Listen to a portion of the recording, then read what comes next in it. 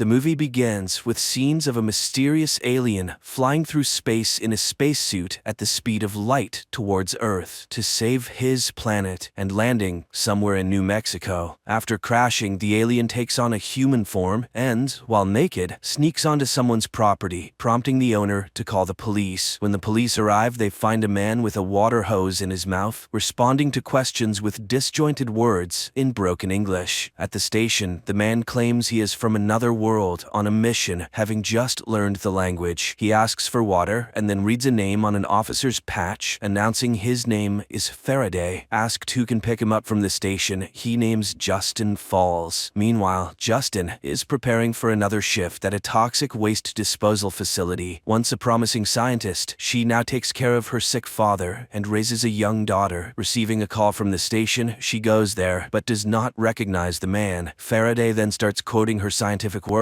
and confesses he needs her for his mission. Puzzled but willing, she vouches for the strange man. They release him, and his first stop is a pawn shop, where he vomits a large amount of gold rings. After getting money, he buys an antique device to determine his next direction. Faraday stuffs the bills in his pockets, but fails to notice them flying away. Some guys in a passing car get out to rob him. Justin sees this and tries to help Faraday, but the robbers knock a weapon from her hands. Faraday then grabs the gun and fires randomly, scaring the thugs. Cursing herself, Justin puts Faraday in her car, and he speaks again about their joint mission, giving coordinates for a message reception. Needing money, she agrees. Soon they stop at a gas station where Faraday finds water containers and joyfully immerses himself into them. He then sees a horse corral and confuses Justin by saying that on his planet, horses are predators. On the road, they stop at a cafe where Justin tries teaching Faraday decent behavior, eventually labeling him autistic. Faraday then surprises her by writing a futuristic equation on a napkin taught by Thomas Newton, founder of World Enterprises. On Antea, Faraday's planet, two races exist: Newton's race, the knowers, who invent and manage, and Faraday's race, the drones, who obediently follow orders. They drive on, and Faraday reveals his world is dying, and Earth doesn't have much time left either. Tired of his seemingly delusional talk, Justin drops him off and leaves. Faraday walks towards his destination and soon sees a huge black cloud forming a tornado. Justin, also seeing this, turns back to find Faraday. When he finds himself in the eye of this storm, teleported to a forest where he meets Thomas Newton, who is also an alien from Antea. Newton has learned to create spaces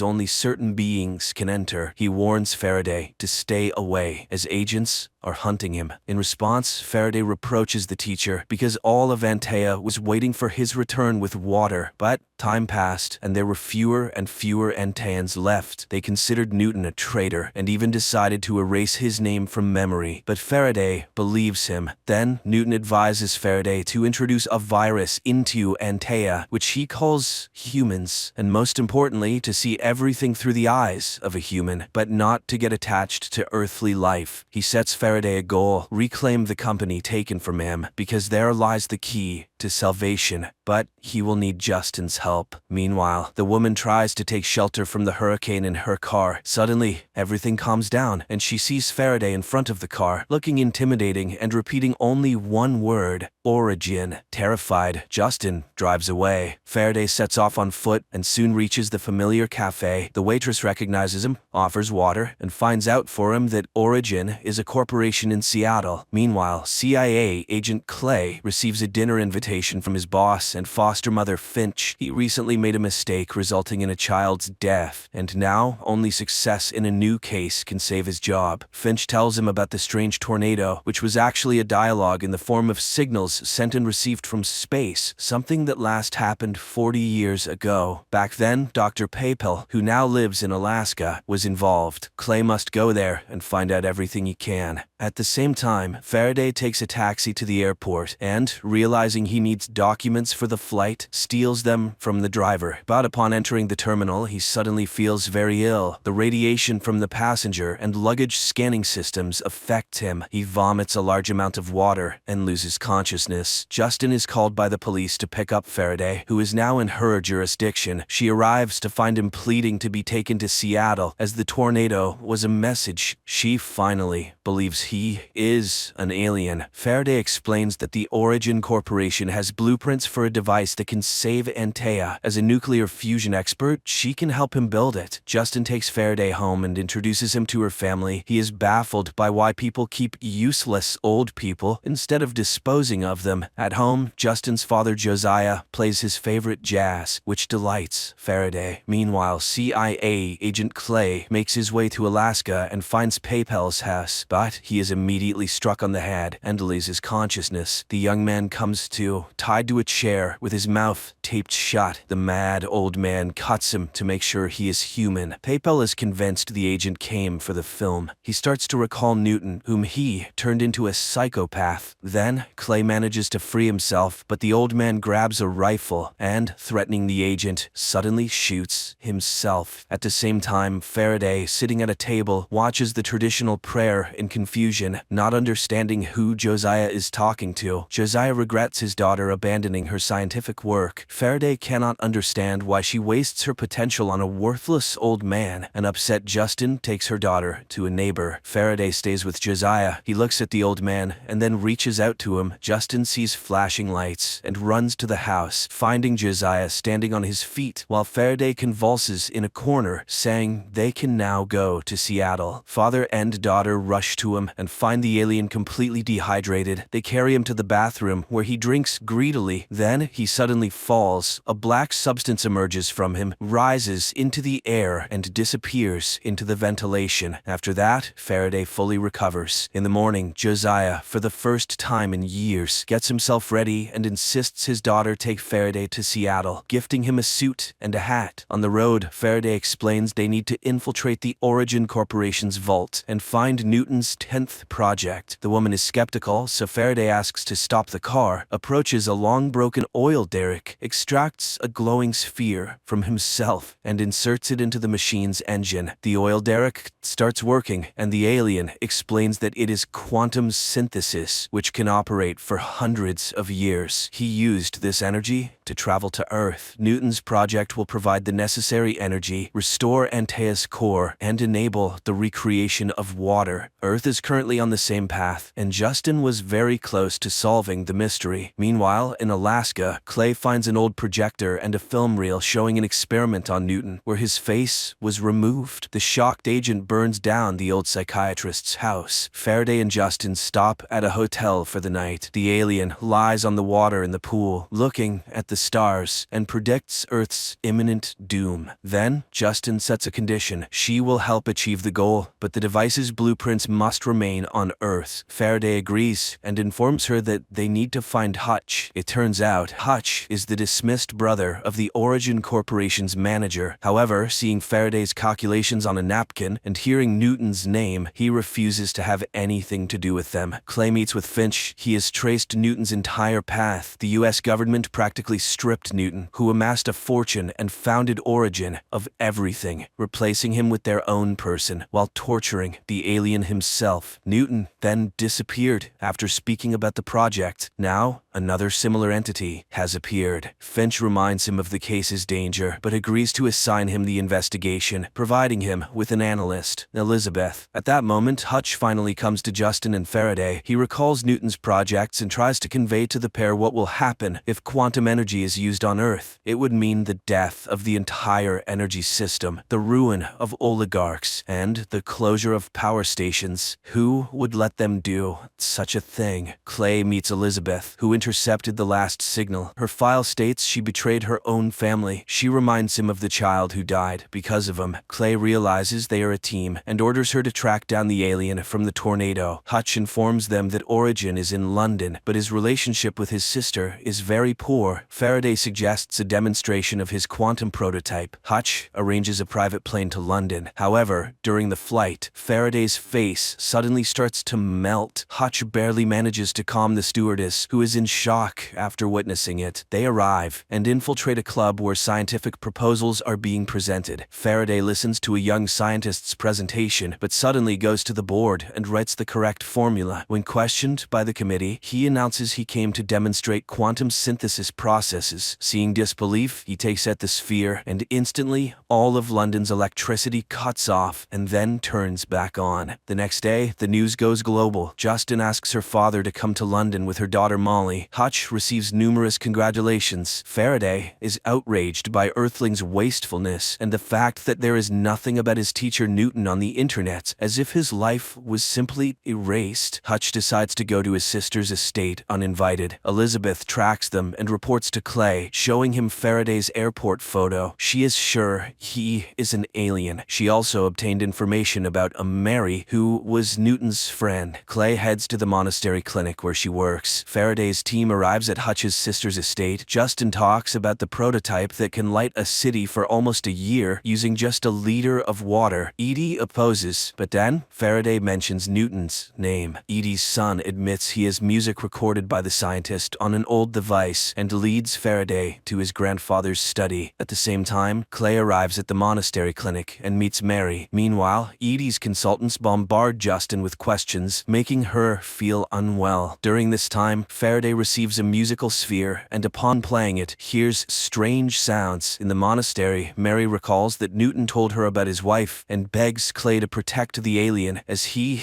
is a miracle. Faraday realizes that the sphere contains Newton's farewell to his wife. It is so touching that tears well up in the alien's eyes, although he does not know what they are, and he throws the sphere away. Antaeans understand each other, but do not feel. Faraday wonders how humans can live like this. Meanwhile, Clay visits Edie and reminds her that her father was a CIA front. Therefore, she will have to make a deal with Faraday, who will build the required machine. Edie finds herself having to agree, but in retaliation, she tells everyone that Justin killed her assistant in an attempt to unlock quantum energy. The young man received a lethal dose of radiation because she didn't wait for safety confirmation. However, Faraday declares that he will work only with Justin. Edie is forced to sign the agreement. Justin admits that the deceased young man was the father of her daughter, Molly. Later, Faraday recalls saying goodbye to his family, his wife, and 2 children, and promising to return. He urges Justin to hurry, but she is determined to first bring her family here. Hutch and Faraday arrive at the research center, where all materials related to Newton's project are brought. Simultaneously, Clay's team sets up their laboratory, where they can monitor Faraday's work. He has become a real Steve Jobs, demanding high results from employees. Soon, his team creates a construction that will shield the device from electromagnetic fields. Immediately, all of Clay's equipment shuts down. Faraday suddenly realizes something is wrong. Newton planned to obtain energy from tritium, but its decay period is too short. It seems Newton was creating nonsense. Faraday simply won't have time to save the planet. While pondering this, an elderly lady suddenly addresses him, confessing she worked with Newton. Her name is Watt, and she is ready to help Faraday. Meanwhile, Justin brings her family to London and arrives at the laboratory to organize things. Josiah suddenly starts noticing changes in himself. He foresees an accident and pulls his granddaughter Molly off the road in time. In the evening, Faraday admits he is getting nowhere. He finds more and more differences between Antaea and Earth. Here, people rarely follow instructions. He leaves the house, remembering his planet and flight, and again encounters Watt. She leads him somewhere, confessing she knows he is a drone. Josiah gives his daughter the materials he saved from her work. Watt tells Faraday that Earth and Antaea once collided in space, after which Earth absorbed part of Antaea, but Antaea also received a piece of Earth, awakening the human within some Antaeans. The pair heads to the laboratory, where Watt reminds him of Newton's words about the virus, humans, which drone Faraday did not hear. Therefore, his children are dying now. Angered, Faraday pushes the woman away, and she starts destroying everything around. Elizabeth, watching all of this, is puzzled, as Faraday is absolutely alone in this laboratory. Then, the alien realizes the woman is just his imagination, suggesting what to do next. He goes to Justin because he has deciphered the project. Justin shows him her equation, where she replaced tritium with another substance. Friends, the continuation of the story is now before you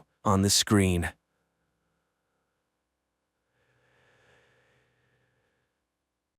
In the remote forests of Washington state, a young man tracks and kills a deer. Children of various ages, smeared with black soot, emerge from the forest accompanied by their father, Ben Cash, who announces, "Today the boy is dead, and in his place is a man." He then feeds the hunter the liver of the freshly killed animal. The children look proudly at their brother and then joyfully splash in the clear waters of a forest stream, washing off their camouflage. Later they carry the animal's carcass to their home, nestled deep in the forest.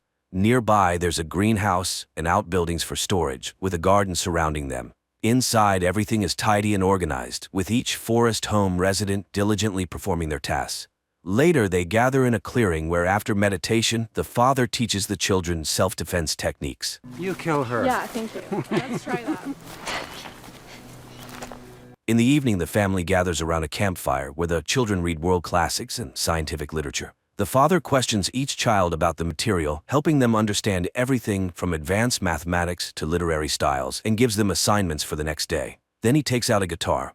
Everyone brings their instrument, and soon an improvised melody plays by the campfire, under which the children dance.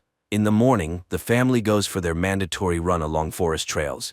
Everything seems to follow a well-established routine. Later, the father and his eldest son, Bo, return from a trip to the nearest town for supplies. Unexpectedly, the younger children ask, "Why does Mommy have to be gone so long?" She hasn't been gone very long. It turns out their mother is in a hospital, and the father is going to find out when she can return home. In town, while Ben shops, local girls flirt with Bo. However, he doesn't know what to talk about with them, as his knowledge of political structures doesn't interest them much. So Bo goes to get the mail and finds several letters addressed to him, inviting him to the country's best universities.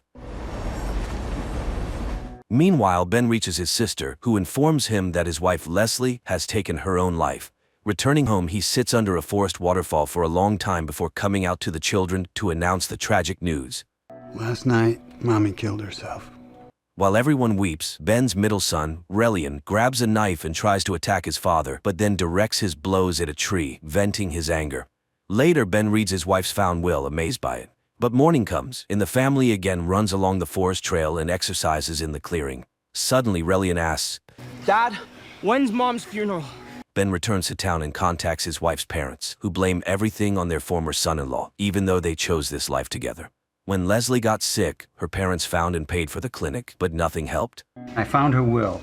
You are not welcome here. I will have you arrested. However, Leslie's mother informs him that the burial will take place in 5 days. Later, the family discusses what happened. The children understand their grandparents' anger, but cannot allow their mother's will to be disregarded. However, the threat of their father being arrested and them being sent to an orphanage scares them. At night, Ben hears his wife's voice. What we're doing out here is so incredible. I love you so much. In the morning, Ben finds all 6 children ready in the yard, wanting to see their mother one last time. He strongly opposes the trip, but the children insist. Dad, give us the mission. Mission, rescue Mom! But Ben reminds them of the upcoming training. Struggling, Relian falls off the cliff and injures his arm, but the father reminds him, No one will magically appear and save you in the end. the children persistently conquer the difficult peak as it starts to rain. Later, they rest at the base of the cliff. On the way home, the father suddenly stops the bus and admits that they cannot go to their mother's funeral because they cannot argue with her relatives. But suddenly, Ben stops his speech and turns on the music. They set off Into the big world in their converted bus. Along the way, Ben gives the children a unique tour, showing them America's sights. Attention all campers. This is your captain speaking. Later, Ben orders them to search for any game for dinner. Everyone keep their eyes peeled for deer. Finding nothing suitable, the family stops for the night.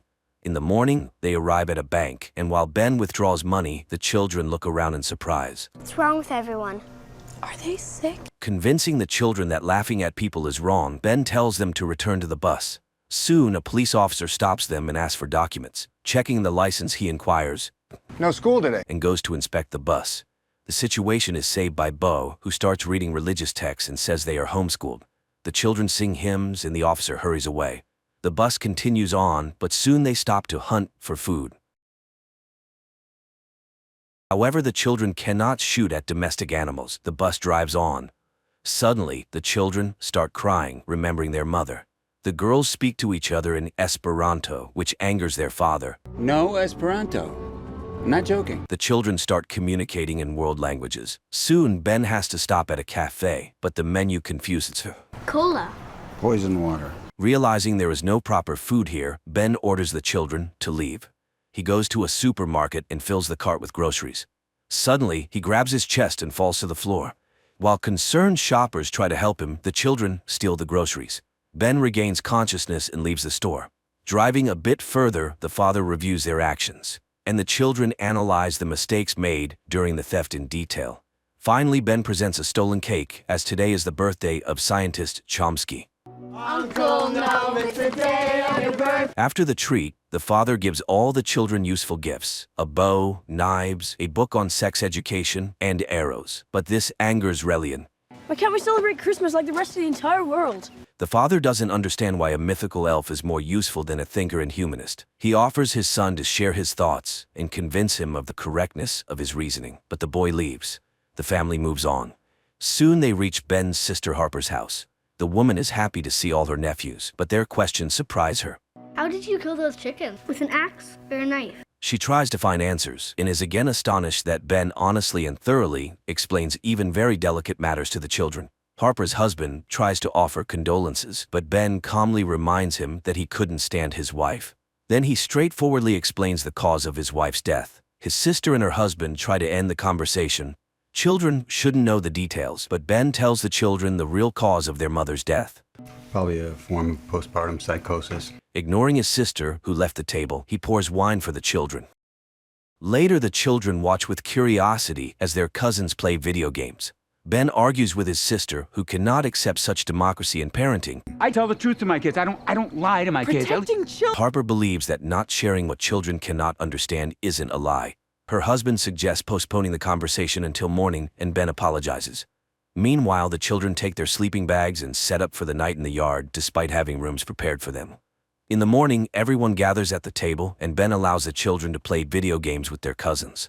When the children leave, his sister and her husband try to reason with Kids need structure. They need to go to a real school. Then Ben calls his nephews and asks them questions about political science and history. The boys can't answer a single question. However, Ben's youngest daughter freely discusses these topics. Relatives are impressed by such knowledge and no longer object to Ben's way of educating his children. The family moves on. They soon stop to rest at a campground where Bo meets a girl. She is surprised by his unusual name, and he explains that his parents made it up. I'm Claire. Bodevin. Our names are unique. There's only one of us in the whole world. In the evening, they continue their acquaintance. The girl is surprised that Bo doesn't know modern pop music but loves Bach and cello suites. He lies that they recently lived in Paris and is amazed at her ignorance. He avoids questions about his mother and, after kissing the girl for the first time, declares his intention to marry her to her mother. I am ready for you, if you will have me. Will you be my wife? The mother leads the girl back to the trailer. In the morning, the bus pulls out of the parking lot and Bo waves to the girl and her mother. That day, they reach the church where Leslie's farewell ceremony is held. Relatives and friends mourn the woman when a group in bright clothes enters the church, stunning everyone. The preacher tells about Leslie, and when he mentions her husband, Ben takes the floor and reads his wife's will.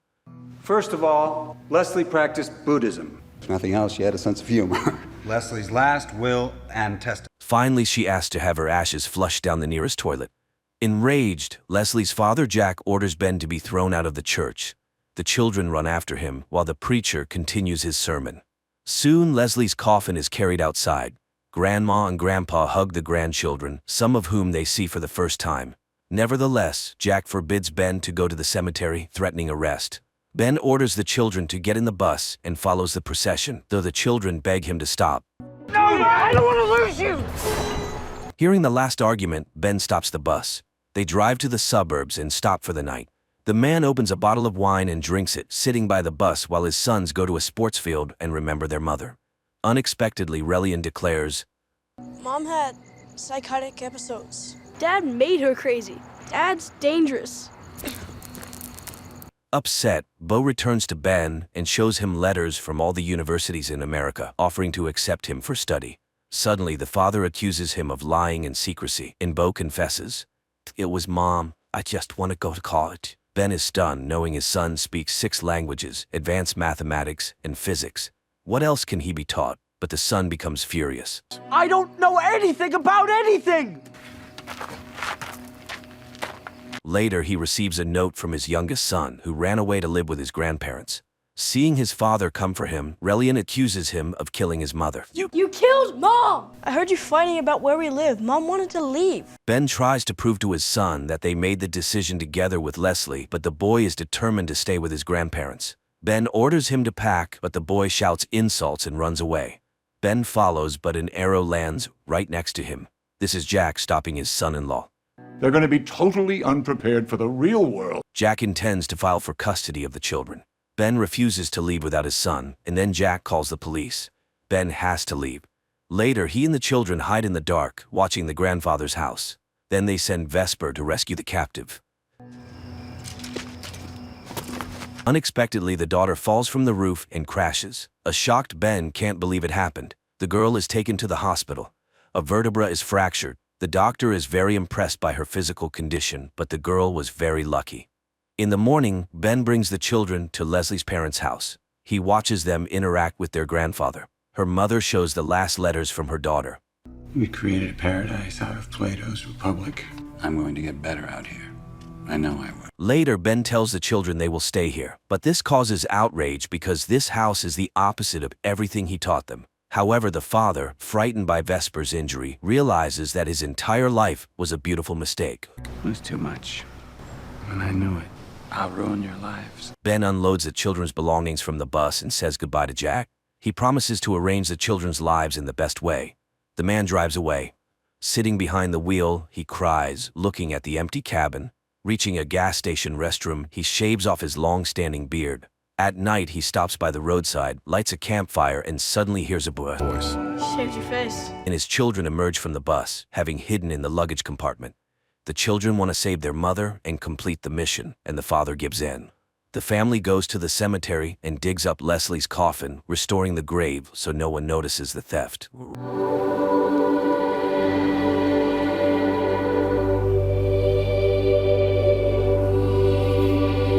Later, Bo shaves his hair and beard, earning his father's approving smile. Soon the family takes Leslie's coffin to the seaside, where the children build a funeral pyre for her, and after saying their goodbyes, light it under their mother's favorite song. Everyone sings and dances, fulfilling her last wish.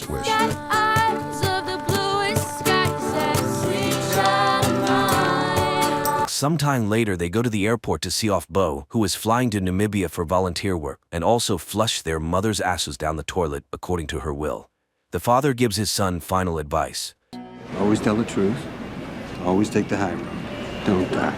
I won't. Later, the family settles on a farm, raising chickens in their bus. Ben tends to the farm and the children start going to school. The film ends here.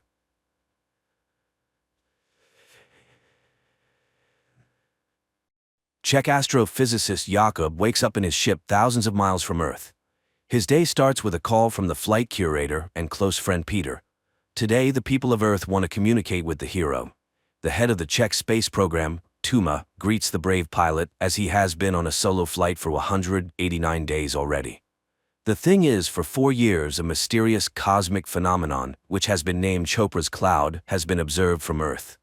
To study its origin and composition, Jakob was sent to Jupiter. In just a few days, he will be able to take samples, which may help unravel the mysteries of the universe. The captain is asked questions, and suddenly a girl sympathizes with him, as he is the loneliest person in the universe. But Jakob assures her that it is not so.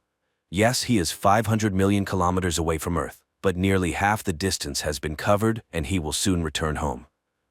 Moreover, his beloved wife Lenka constantly supports him, with whom he is in direct contact through the latest quantum communication system, which is faster than the speed of light. So Jakob does not suffer from loneliness. TV takes a commercial break where a cheerful Jakob praises the products of a generous sponsor. But the astronaut immediately frowns, and it becomes clear that he is a tired man who has not slept for a long time.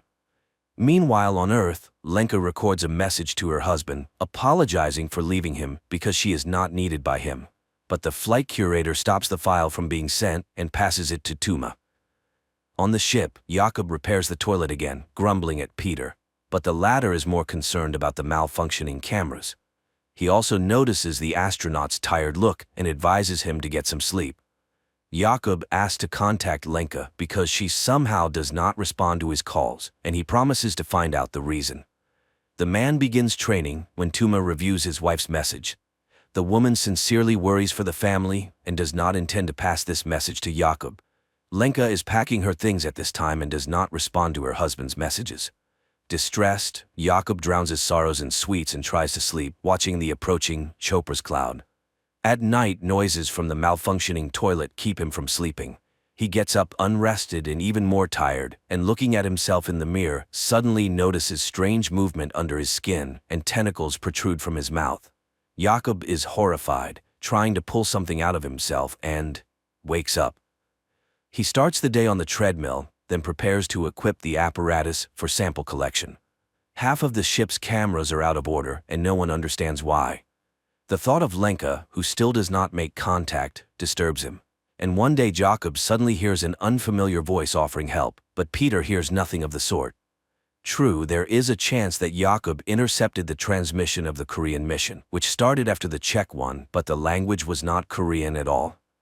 Later, the friend informs that Lenka went to her mother's, so she will contact her husband when she returns. Jakob calms down a bit and continues his work. He inspects the compartments and suddenly sees a huge hairy spider in one of them. He closes the doors to the compartment and contacts Peter, but precisely in this part of the station, the camera has long been broken and he can see nothing. Jakob opens the doors, but the spider has not gone anywhere. Moreover, it starts a conversation, stating that it did not intend to scare the human. Then the astronaut locks himself in the airlock and informs Peter that he wants to decontaminate the ship. He gets into a spacesuit, says the password that triggers the system, and the surrounding space is filled with disinfecting foam, the color of which reminds him of a summer morning in the field where he and Lenka walked.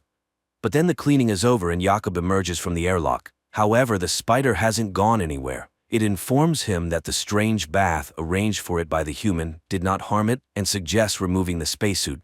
It is not dangerous. Jakob reaches out to it, but the spider dodges. Such is not the custom in its tribe, so it's better for the human not to do this. It is an explorer too who accidentally found Earth. It studied life on the planet for 3,158 years and even learned Earth's languages, but never understood the essence of the human soul. And when it met Jakob, it felt his loneliness and came here. Unable to accept what was happening, the astronaut hides in the sleeping compartment, but he immediately starts to vividly see and hear his wife. Jakob moves to the station's room, where Lenka appears before him again. It turns out the spider is broadcasting the human's memories because it is very interested in these strange feelings. And it wants to help him overcome emotional difficulties since his companion is leaving. Jakob tries to refuse the help, but the spider does not believe him. Meanwhile, on Earth, Lenka arrives at her mother's because she is pregnant and cannot be alone. Nearby is a boarding house where pregnant women live together, and she decides to stay there for a while. The mother does not understand her, as one cannot leave her husband right now. At the station, the spider asks the astronaut to give it some of his food, and he treats it to nut paste, the taste of which reminds it of its lost home. Its planet was destroyed by an enemy attack, and it fled and wandered through space for a long time. At this time on Earth, Tuma goes to Lenka. The woman is convinced that the wife cannot leave her husband right now. After all, she knew he was a very peculiar person. These qualities help him stay alone for many days, but Lenka is pregnant and suffers from loneliness. The spider tells the astronaut that Chopra's cloud consists of particles that contain wisdom. It cannot say how old it is, but everything has a beginning and an end, even the universe. The spider shows Jakob his first date with Lenka when she suggested they always follow each other, and he agreed. And he does not understand why make promises that you cannot keep, but Jakob has no answer. Later, he asks the spider to save some nut paste, and it reluctantly gives back the can. At this time on Earth, Lenka confesses to her mother that, although it is hard to raise a child alone, she is ready for it. And she will tell her daughter that she loved her father very much at first, but was mistaken. And at the station, Jakob suddenly wonders about the spider's name and suggests naming the creature Hanus. His father told him about a master who lived in ancient times, who created astronomical clocks, for which the king ordered him to be blinded. The spider agrees to accept this name.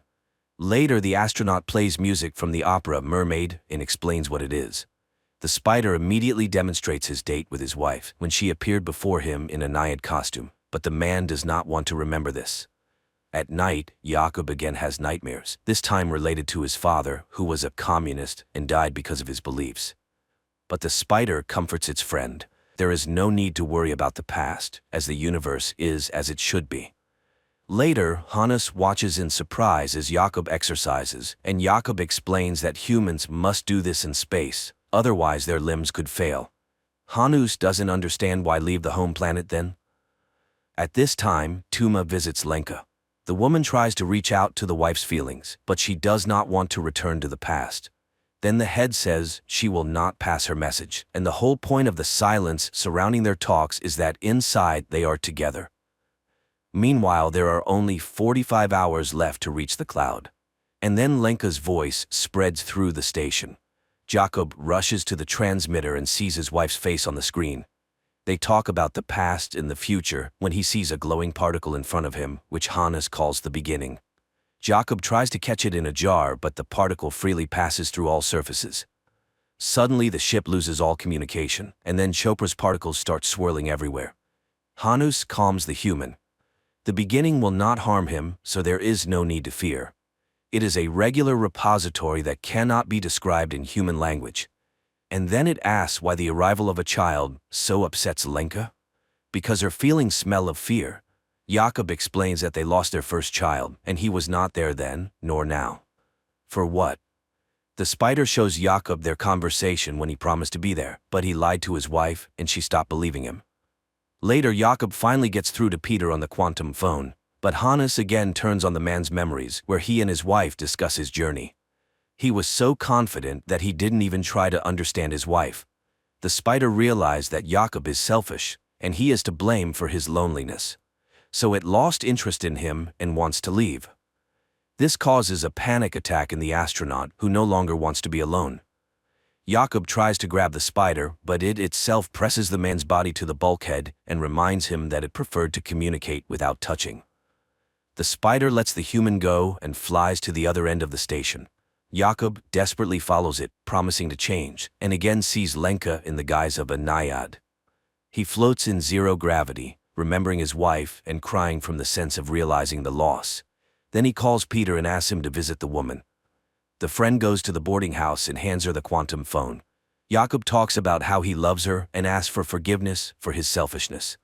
Now he doesn't understand why he neglected the most precious. He wasted his life on nonsense and is not worthy of her. Immediately after the conversation, he hears Hannes' voice again, asking him to rest because he has atoned for his guilt. Jakob asks not to leave him, and the spider admits that it too fears loneliness. But suddenly the man notices that the spider is not feeling well, and it admits that although it escaped from the enemy, it was already too late. They had taken over his body, and suddenly it hugs the astronaut. For the first time in a long time, Jakob falls asleep deeply, and the spider has to wake him up because a great discovery awaits him. It even brings him a tube of hot coffee to bed, after which the astronaut makes the final preparations. He contacts the Czech Space Authority and reports that his mission is dedicated to all the people of Earth, but especially to Lenka. Afterward, he reduces speed and begins collecting samples using special equipment. But then the spider becomes very ill. Jakob abandons his task and tries to help his friend. The equipment gives an error, and Earth commands to cancel the sample collection. But Jakob hears nothing because he sees Hannes in open space. The ship's systems fail one after another, and the control center orders to end the mission and return. But Jakob puts on a spacesuit, takes a bomb, and goes outside. Peter can't understand what's happening and pleads with his friend to return to the ship.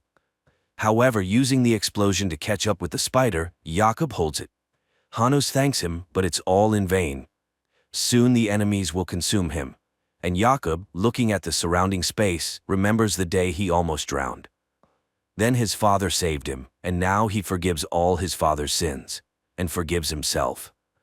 Hannes pulls him to the center of the cloud, where everything is gathered, the beginning and the end, the fluctuation of all times, his past and future, him, his Lenka, and his father. Every promise and punishment, everything is unchangeable and impermanent, but such is the truth of nature. The universe is as it should be. Before the man, Lenka appears again, and Jakob admits that their meeting is a miracle. Just like the meeting with the spider. Jakob hands his friend a can of nut paste he saved for him. The latter thanks him and asks to listen to the silence, after which it disintegrates into millions of particles, consumed by worm-like creatures that destroyed his race. And Lenka on Earth suddenly sees a glowing purple particle in the grass.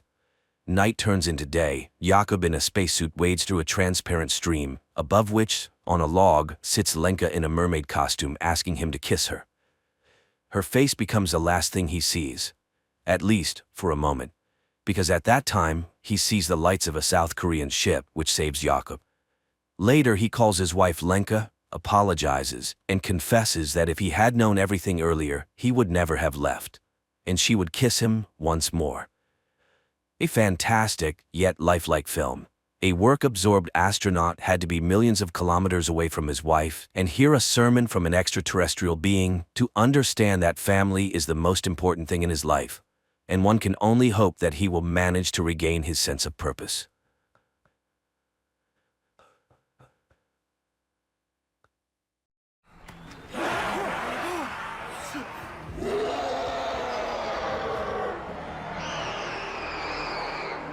The year is 4032. Most of humanity has mutated into new creatures called abbeys. In the 21st century, Professor David Pilcher foresaw an unknown mutation in human DNA and built the town of Wayward Pines, which was meant to serve as an ark for the last surviving humans. The chosen ones, those who were destined to restore the human population, were frozen without their consent for 2,000 years. However, upon awakening, not everyone was pleased with life in a city surrounded by a tall fence with millions of monsters lurking outside. Dr. Theo Yedlin is on vacation at the beach. In a bar, he strikes up a conversation with a stranger who, at first glance, doesn't raise any suspicion. But the casual chat ends strangely. Yedlin wakes up several years later to find himself in the town of Wayward Pines. On his way to the hospital, accompanied by a group of strangers, Theo manages to escape. He seeks help at the first house he finds, hoping to call the police, but as he observes the strange behavior of the homeowners, Theo begins to doubt if he's doing the right thing. The police do respond to Yedlin's call, but instead of offering help, they return him to the hands of the strangers. They take Theo to the hospital, and after telling him a story about a government experiment, the people in black ask him to work for the good of society. The kidnappers ask Theo to save a patient who is extremely important to them. After examining the girl, Yedlin promises to do everything possible and instructs them to prepare the operating room while he assesses the seriousness of her injuries. Theo's patient turns out to be Kate. While the doctor operates on the girl, Carrie reports to Jason about losses within the ranks of the first generation. Looking at a photo of his rival, the dictator realizes that as long as Ben is free, their movement in the city are in danger. This is confirmed by Megan, who appears in the room. She reminds him of Pilcher's main rule: clear laws, strict punishment. Theo visits his patient, and she tries to tell him what's really going on. But Carrie doesn't allow the doctor to listen to Kate and instead urges him to take a break. While walking through the town, Theo witnesses soldiers separating a woman from her young son. The doctor tries to intervene but is once again prevented from understanding what's going on and is forced to walk away. However, later Yedlin does learn the woman's fate. She is brought to the central square along with others, accused of rebellion. Jason addresses the cheering crowd, assuring everyone that his cruelty is the path to humanity's salvation. After these words, he executes the woman without any explanation.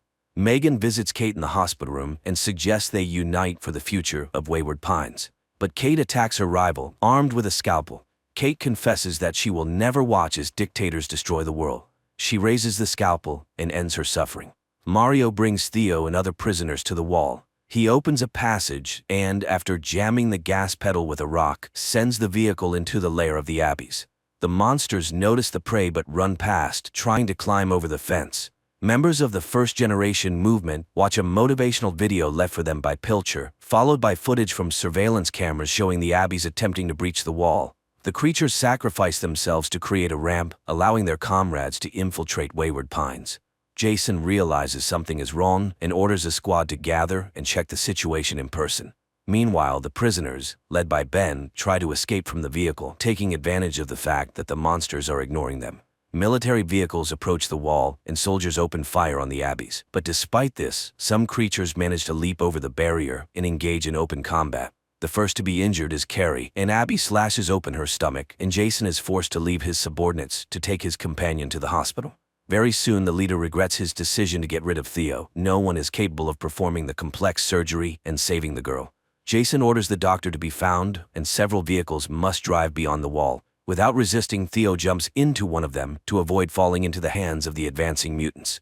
The leader of the movement asks Yedlin to perform the operation, but Theo refuses to proceed without an explanation of what's going on. Jason is forced to strike a deal with the doctor, promising to return his wife and revealing that aside from Wayward Pines, there are no other humans.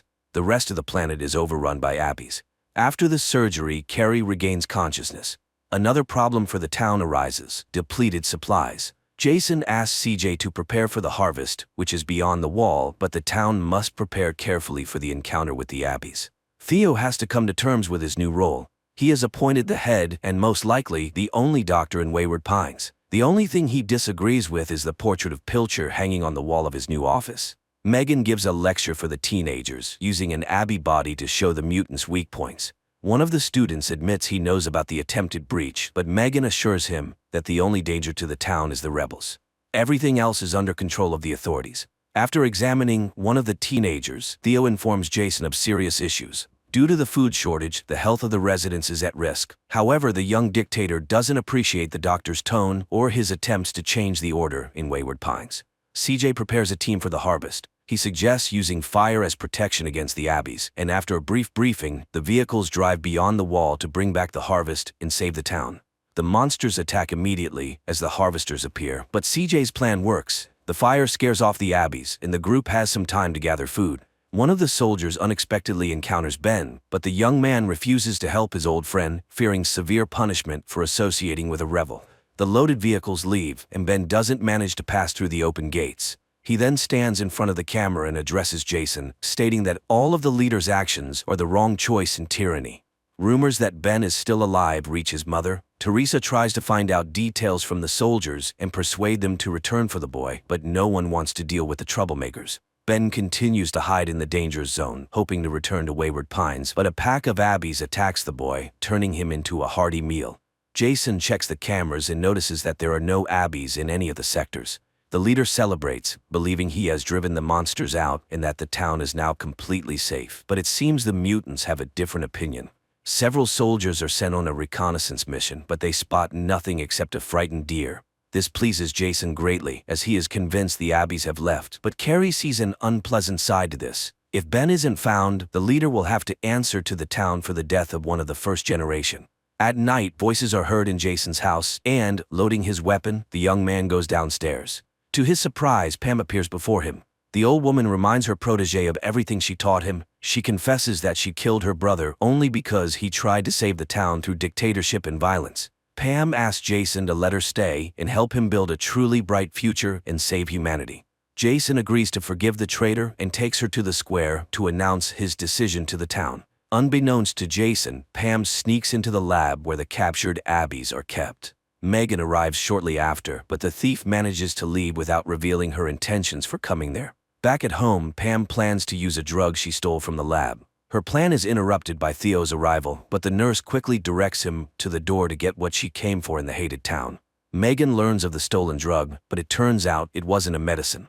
Pam had taken a smallpox sample. Meanwhile, Pam attends a meeting in Jason's office. She unexpectedly kisses her protege in a way she never had before and joins the conversation. Dr. Yedlin bursts into the room. He orders everyone to leave without touching anything and avoiding contact with people. The doctor then reveals Pam's plans, and the woman doesn't even attempt to resist. Pam admits that, in her opinion, Wayward Pines should be destroyed. She asks Jason to put an end to the story, but the leader orders the traitor to be arrested. At night, Jason goes on a walk with Pam. He asks his mentor to tell him the end of the story about Wayward Pines, but after receiving an answer that wounds his pride, the dictator kills the old woman. A few days after the Abbey attack, Xander finally wakes up at the bottom of a deep well. There, the young man is found by a mutant, but he manages to defeat the monster and climb to the surface. At a meeting on the problems of Wayward Pines, CJ discusses the need to increase the area of crops. The population is growing, but food is becoming scarcer. Carrie and Megan believe it's too early to address this issue, but Jason supports the farmer and allows him to search for new fields. Xander is quietly approached by a man with a knife. He demands that Xander reveal who sent him and who currently rules the town. The savage himself says he has been here for a very long time. He is the only one from the team Pilcher sent to search for other survivors. Guards notice movement near the wall, and a duty squad is dispatched to the scene. The soldiers recognize Xander, accompanied by the stranger, but let them inside without question. The savage is immediately sent to Dr. Yedlin. Theo tries to find out from the patient if there are other people beyond the wall, but the man only says that the Abbeys are not the enemy. They are the replacement meant to take their place. Jason learns the name of the savage, Adam Hassler. He asks the doctor to tell him everything the patient said, but Theo refuses to disclose the confidential information and suggests the leader speak to the survivor personally. Throughout this time, Hassler struggles to recover. He is constantly haunted by nightmares of Abbey attacks he endured during his months beyond the wall. Finally, the man can no longer take it and decides to leave the hospital, fearing that the mutants will get to him there. The savage escapes into the streets, frightening crowds of townspeople. His hallucinations, in which mutants attack him, intensify, forcing him to find shelter in a deserted alley. There, Adam is discovered by Teresa. She recognizes an old acquaintance and tries to find out if he has seen Ben, but the savage hesitates to tell the woman the truth. Theo tells his wife about Adam's words, and Rebecca urges him to inform the town's leadership. The town sends off the first group, who go in search of new lands suitable for settlement and cultivation. Teresa stops CJ's vehicle and asks to join the mission so she can find her son. Hassler also joins the soldiers, having failed to adjust to the peaceful life in town. CJ gazes with excitement at the landscape he hasn't seen in a very long time. He orders the squad to set up camp and prepares for a night outside the wall. Adam leaves without explanation, but later that night he returns, causing a stir in the camp. Hearing the commotion, Rachel wakes up and the soldiers part to reveal what the savage has brought. On the ground lies a covered body, and even before she removes the covering, it becomes clear that Ben is underneath it. Rebecca brings Lucy, the girl she's trying to protect from the harsh rules of Wayward Pines, into her home. Upon learning that the girl is to be placed in the breeding program, Theo becomes furious and supports his wife's decision. Frank, Lucy's brother, feels responsible for her rule-breaking. He escapes from the academy and goes for an evening walk, but in the city center he faces a greater shock, and Abby appears on the town's carousel. The mutant stands tall before the boy, and this is caught on surveillance cameras. Jason orders the main streets to be cordoned off and makes sure no one finds out what's happening. Several armed men come to the boy's aid, but Carrie asks the leader not to destroy this creature. It is the first female Abby they have encountered. Despite attempts to keep the incident a secret, Frank becomes a school hero. Megan studies the new creature and reports to the leadership about the behavioral differences. According to the scientist, the female is much calmer than her counterparts, and the other captive Abbeys have also become more peaceful since her arrival. The doctor also shows the Abby's palm. It bears a strange pattern, unlike any scars. Megan believes this pattern might help them learn more about the mutants and eventually eradicate them. A search of the city yields no results. No other creatures are found, nor are there any breaches in the wall. No one can explain how the female managed to enter the city or why she did so. The only explanation that comes to Jason's mind is that the Abbeys may have accomplices among the population. Jason turns to Rebecca for help. She designed the city and may know the way the Abbey got inside. Upon learning that a new Abbey has appeared in the lab, Theo requests access to the research. Carrie agrees, but she warns the doctor that not all group members will like this. Naturally, Carrie is referring to Megan. The scientist makes every effort to appear satisfied with the doctor's presence, but she disobeys all of Yedlin's orders and conducts experiments that could harm the mutant. The Abbeys have quickly learned the lesson with fire. After making torches, they surround the cornfield and set it ablaze. The creature in the lab at that moment feels everything that is happening to its pack. Several years before the current events, unaware that a human invasion is imminent, the Abbey tribe enjoys a peaceful life deep in the forest. But suddenly a helicopter appears over the mutants' camp, and most of the tribe is wiped out. Only a few survive, with no other choice but to seek revenge. In the city, a siren blares, and panic begins. At the same time, the Abbeys set another field on fire, knowing that by doing this, they are depriving humans of any chance of survival. Adam is the first to notice the mutants approaching. He raises the alarm and orders the squad to move to a safe place, but it's already too late. The first creatures infiltrate the camp, and one of them attacks Teresa. Megan, unaware of anything, works on reports in the lab. She is only distracted when the Abbeys start banging on their cages, and the close proximity no longer feels safe. Theo learns that the food fields are burning. At that moment, Carrie arrives and asks the doctor to return to the hospital and prepare for a difficult night. Jason sends out several dozen vehicles, all civilian men, or to extinguish the fields, while the military protects them from Abbey attacks. Realizing how this will end, Theo orders his colleagues to prepare all available beds and be ready to receive not tens but hundreds of patients. The battlefield truly becomes a nightmare. The Abbeys are far more clever and resourceful. There's no one left to extinguish the fields. Soldiers fall before they can even reach them, suffering severe injuries from the mutants. Within an hour, the hospital turns into chaos. The screams of patients mix with the bustle of medical staff who are not prepared for such an onslaught.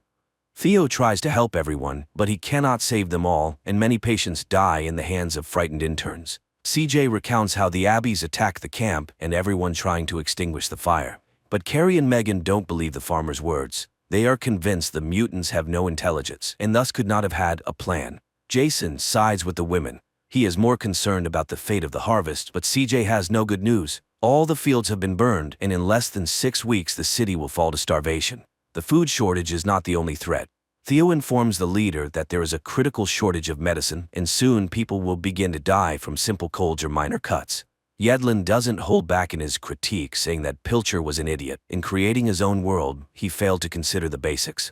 Jason's thoughts are interrupted by news that around 100 Abbeys have gathered near the wall. Despite the obvious situation, the leader refuses to admit that the mutants are evolving and the advantage has long been on their side. Teresa spends several hours in intensive care, but her heart gives out, and the last thing the woman sees is her son and husband, with whom she will finally reunite. Megan performs an MRI on the Abbey, and looking at the monitor, Theo sees a surprising result. The part of the brain responsible for thinking and problem-solving is twice the size of a human's. The Abbey's roar echoes throughout the city. The monitor shows that several thousand mutants have gathered near the wall. The creatures locked in the cages respond to their kin, but the female remains remarkably calm. After a conversation with Adam, Theo examines the female Abbey's hand and discovers the pattern. He becomes furious that Megan hadn't told him about the design, but the scientist doesn't understand the significance at this moment. The doctor asks Megan not to interfere while he tries to establish contact with the Abbey. In Theo's opinion, it's the only way to find out what the mutants want and save the city. Yedlin shows the mutants several cards with pictures and tries to explain their meaning. CJ had been one of those who woke up from cryosleep every 100 years to observe changes on Earth. During one such outing, the botanist met a strange young man. He still resembled a human, but had peculiar features. The stranger rambled, ate raw fish, and suffered from unknown ailments. CJ couldn't shake the new companion. The young man demanded to be taken with him and cared for. To avoid risking the others, CJ eliminated the threat. Theo asked Megan to offer the Abbey a treat, but the mutant points towards its kin. This confirms the doctor's theory. She is not just an intelligent creature. She is a leader who cares for her pack. Adam bursts into the lab, demanding that the scientists release the female. He claims that she is the leader of the Abbeys, and her followers are gathering near the wall, ready to do anything to save their leader. A heated argument erupts among the group. Megan is convinced that Adam is overestimating the importance of the mutant, while Theo believes the leader's presence could help them negotiate with the creatures and save the city.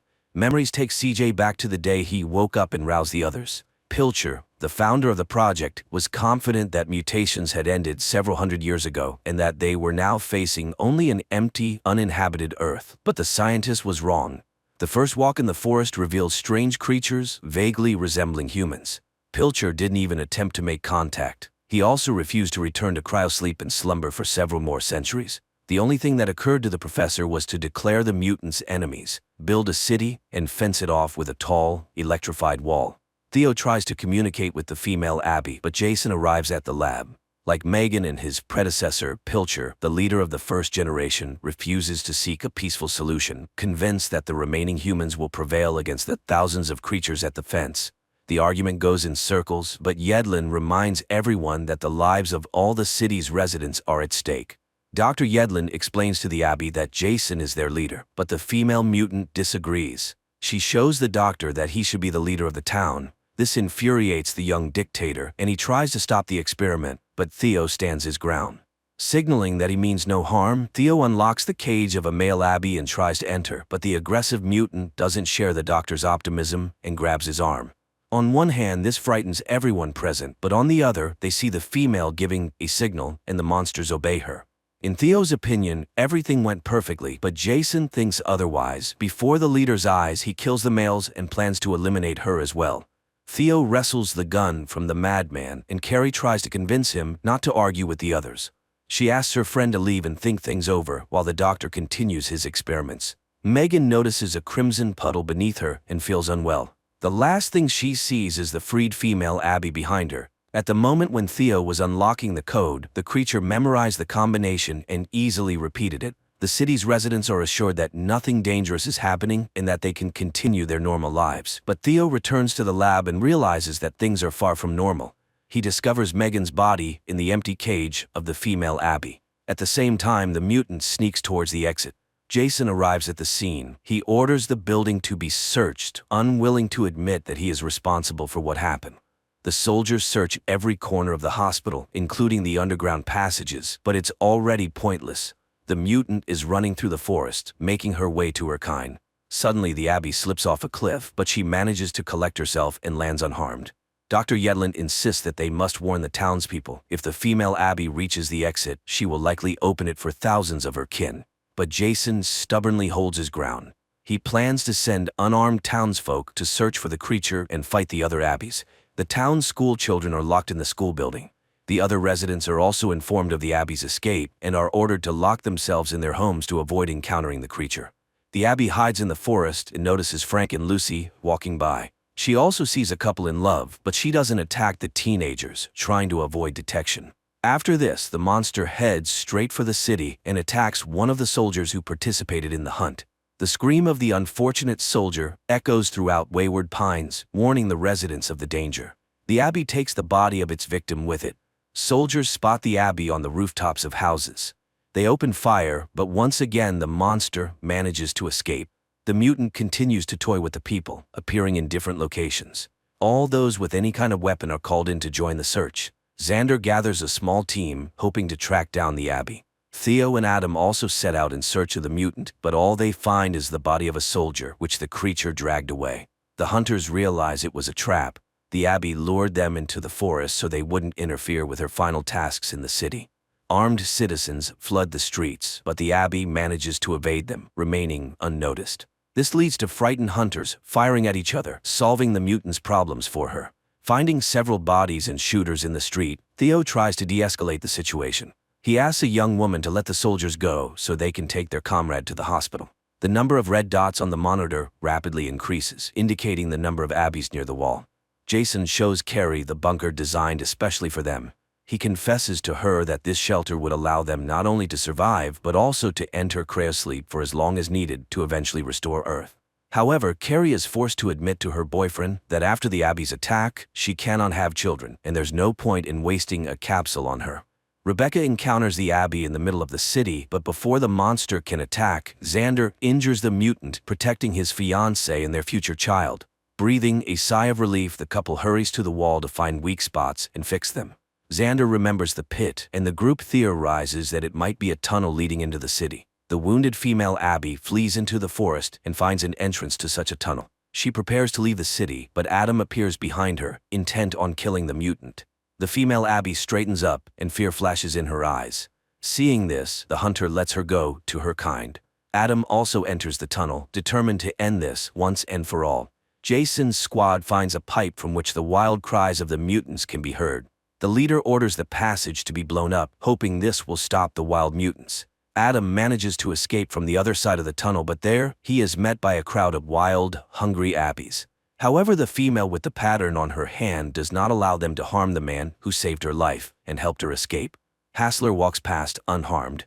Despite the return of the leader, the crowd of Abbeys does not leave the area around the fence. The Abbey leader reaches the camp and is taken in by caring elders, remembering all those who became victims of humanity. Observing the Abbeys, Carrie sees that the escaped female is getting worse, and her kin gather around to say their goodbyes. But Jason is not moved by this news. He sees no tragedy in the death of an ordinary mutant. Realizing that all the city's problems are caused by the dictator's stubbornness, Theo decides to address the issue and turns to Xander for help, but the men don't have time to discuss things. CJ invites the doctor to an important meeting with Jason. The leader offers two options: surrender and accept their end, or go back into cryosleep. The female Abbey's condition worsens, but her kin don't abandon her. They treat her wound and do everything they can to keep their leader alive. Jason addresses the townspeople, tells them about the Abbey invasion, and gives instructions for the evacuation. This causes unrest, but CJ steps in to calm everyone down, assuring them that the process is completely safe. After giving several lectures, CJ heads to the control center to check the equipment, but the plan is under threat. The program encounters a loading error. CJ informs Jason of the issue, insisting that the capsules need to be recharged. But there is hardly any time left, and the leader will have to choose who gets to leave the danger zone first. To make the right decision, Jason asks Dr. Yedlin to check all the citizens' profiles and assess their health on a 5-point scale. Theo dislikes this idea and suggests using a lottery to choose the lucky ones, but Jason insists that only those valuable for reproduction should remain in the end.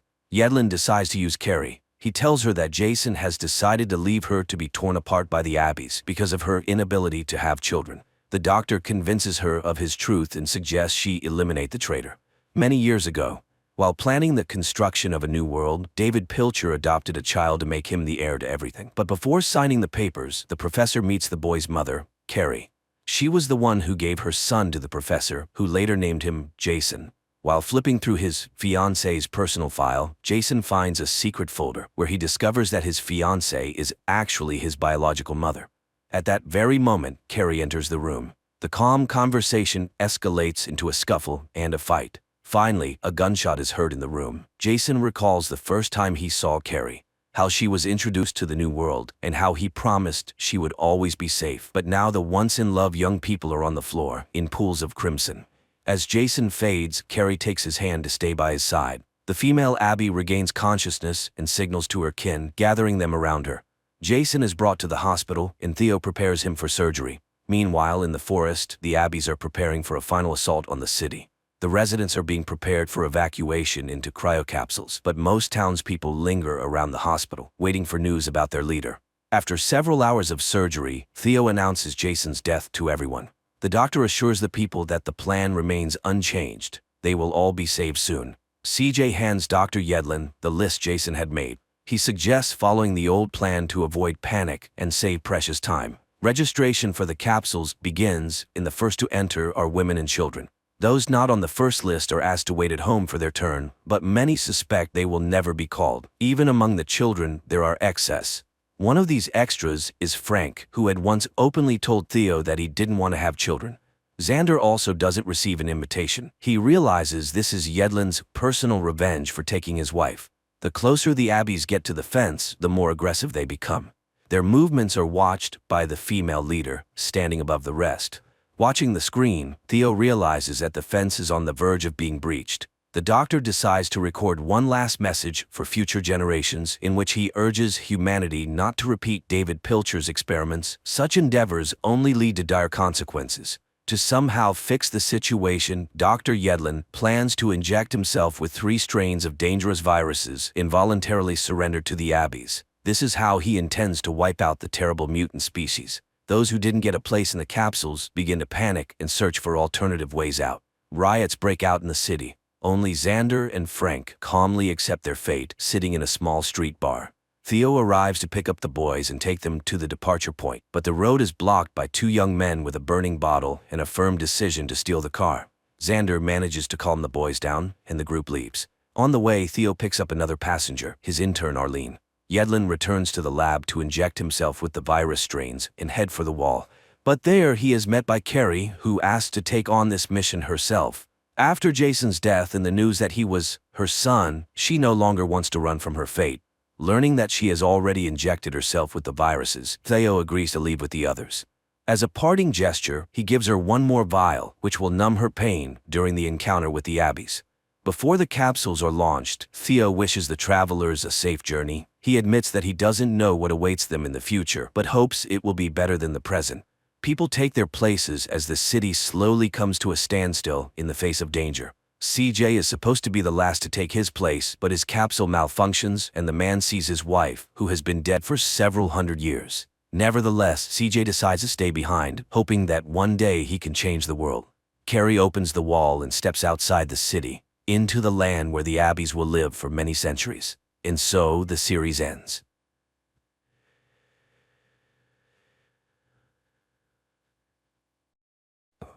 Aliens arriving on Earth first kill an entire small town and then bring half of its population back to life, although it's hard to call it life. We searched for a new home, We found one. This planet. Somewhere in Pennsylvania, in the small town of Berridge, a family sits down for dinner. Suddenly there is a loud bang outside, the lights go out and people briefly come to their senses before dying. Later on, exobiologist Lauren Stone hears news reports on TV about a powerful explosion in Berridge that killed the entire population of the town, 1,300 people. The air in the settlement is poisoned by some toxic substance, and the theory that the explosion occurred at the local chemical plant becomes increasingly popular. Lauren takes a bath and remembers herself, her father, and a field she used to run through. Her memories are interrupted by the arrival of the military, although Lauren does not quite understand how she can help with the investigation. Colonel Emmerich introduces her to astrobiologist Santiago. Geologists confirmed that the accident was the result of a meteorite impact which released a deadly gas. That's why they were invited to the crash site. The military will be grateful for any evidence they find that can shed light on the nature of the incident.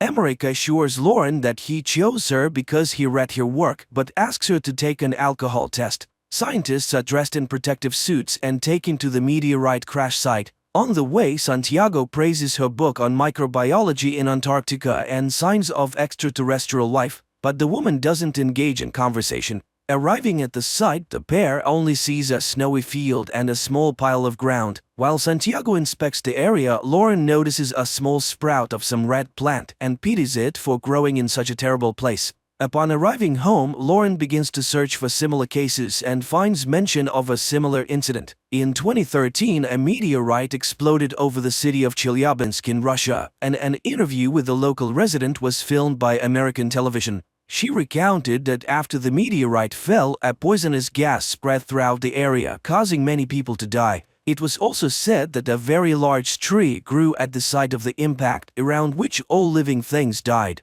The tree was cut down and information about the incident was kept secret. In the postscript to the interview, journalists reported that the woman was killed almost immediately after it. The next day, doctors begin to perform an autopsy on the man who died in Berridge, and at first everything looks completely normal. But when the doctor makes an incision, a strange blue liquid begins to seep out, which then returns to the body after a short time and the wound heals. But even more surprising is the resurrection of the man who suddenly sits up on the table and silently looks down, not reacting to the voices of those around him. The man has no pulse or blood pressure and his body is cold. In other words, by all indications, the man is dead. Suddenly there are cries behind the door. It turns out that another 40 people suddenly opened their eyes and came back to life. The doctors tried to get some kind of reaction from the resurrected, but to no avail. They are all residents of the town center who not only inhaled the poisonous gas but also ingested some substance that led to DNA transformation. And the only thing the resurrected do is occasionally turn around. Meanwhile, Lauren tells Emmerich about the Chelyabinsk meteorite, but the people in Russia were also victims, which means that this is someone's terrible plan. But the colonel does not believe in conspiracy theories. Later, a government commission discusses the incident and proposes simply destroying the bodies before it's too late. But to get answers, all the data must be carefully studied, otherwise Manhattan could be next. Later, the woman buys alcohol and drinks it while sitting in the car, reminiscing about a trip she took with her father to a secret place. The next day, Lauren goes to a room where the revived people are sitting and, selecting a girl, tells her about a book her mother used to read to her when she was a child, who has long since passed away. At that moment, her phone rings and a photo of the red plant from the scene of the incident appears on the screen, and the girl suddenly grabs Lauren's hand. The woman tells her colleagues about this and suggests that the plant is to blame. Santiago notices that all the survivors are looking in one direction, to the north, where the crash site is located. And then the colonel confesses that they found a sapling, but they don't know what it is because the plant is huge and continues to grow. The thing is that the area is sealed off and the plant was only noticed when it became visible from a distance. It turns out that it wasn't a meteorite that fell on the ground, but a huge seed. A team of scientists is sent to the site, taking one of the revived with them. They bring him to an unimaginably huge tree on a cart and watch from a distance, but he remains motionless. And when people have lost all hope, the man in the wheelchair suddenly moves, raises his head, looks in surprise at his hands and the snow under his feet. And then he admits that he can't survive in the Earth's environment, so he will stay here. Upon returning, Lauren reports that the tree is generating the necessary environment for its survival, including the air that is toxic to humans. The aliens arrived on Earth through special portals that scientists call wormholes. She is bombarded with questions, revealing that she has had problems with alcohol and prohibited substances. Later, a psychotherapist calls her answering machine, who was waiting for her at the session as part of his sentence. They were supposed to discuss her childhood memories that are haunting her, but she didn't show up.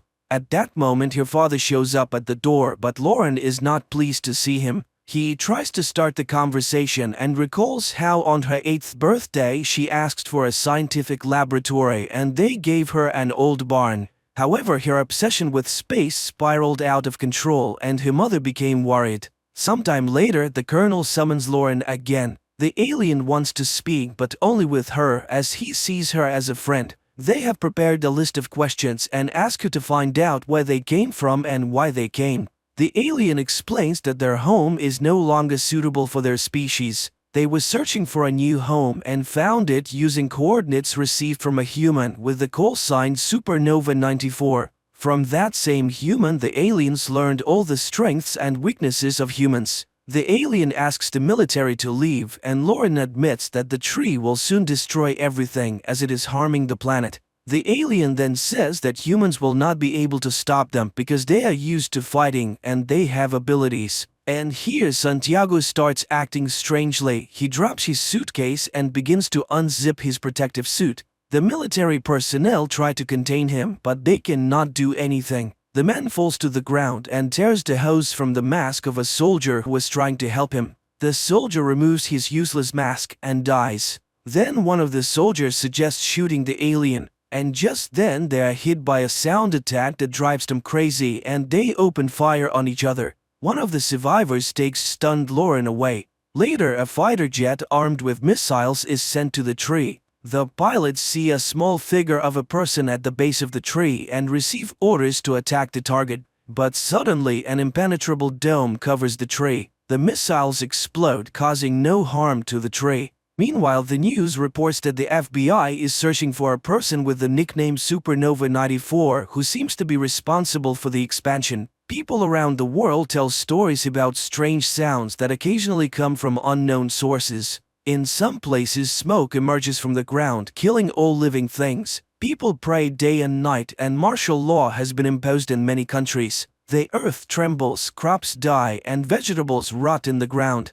One day, Lauren goes to her father's house, but first she approaches the locked barn, which has a sign that reads Lauren's laboratory. But after looking at the house, she walks away and heads towards the tree. For many years, she has been tormented by the question of who or what she is. The end of the world is approaching, but she feels relief, as if she will finally live freely. And she plans to find the truth right here. She meets the alien who tells her that the tree is undergoing transformation. Feeling the tremble under her feet, Lauren lies down on the ground and listens to the hum of the planet. The time has come, new life is growing, and all of this has happened because of her. And finally, Lauren remembers the day when her father brought her to a secret base where an unidentified flying object had been brought down. Her father left her to wait in the corridor. Bored, she wandered through the rooms, listening to her father being instructed about a powerful and hostile creature that had tried to plant something before it was shot down by the military. The girl found the sarcophagus containing the alien and reached out to the glass. Suddenly, the creature reached out and touched the glass from the other side. She screamed in terror, not understanding what strange thing was happening to her, causing her to lose consciousness. The frightened guard found her and took her to her father. But the girl looked healthy and left with her father. Only from that day on, Lauren hasn't been quite herself. She draws super complex designs of interstellar ships and writes incomprehensible formulas. At school, she constantly gets in trouble, skillfully manipulating not only her classmates but also her teachers, calling herself an alien who wants to go home. And one day, Lauren tunes a transmitter she has built and contacts a distant planet, taking the call sign Supernova 94. Her parents are horrified and forbid her from entering the laboratory. Lauren smashes toys, draws on walls, and tells her mother the date of her death. It is then that her father learns of her new DNA. The girl seems to be changing, becoming something other than human. Adult Lauren sobs in horror at her discovery, but the alien welcomes her home and she remembers telling the distant planet all about Earth. Meanwhile, mysterious X-shaped objects begin to appear all over the planet. They emerge everywhere, in forests and cities, deserts and mountains. And one day they suddenly explode, spreading black smoke that kills all life around them. And no one can hide or survive as the roots have already penetrated the entire Earth. The planet is no longer suitable for the human race. All earthly species and plants have been extinct. The evolution of a new species has begun, and Lauren's journey has come to an end. She's finally home. And this is where the movie ends.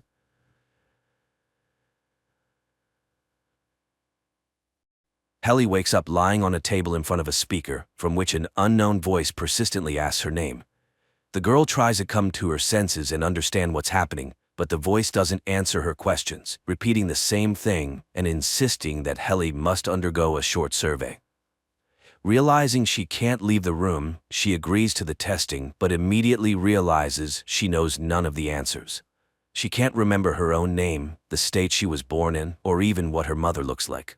Confused, Helly sits down on the floor, and at that moment, the door to the room opens.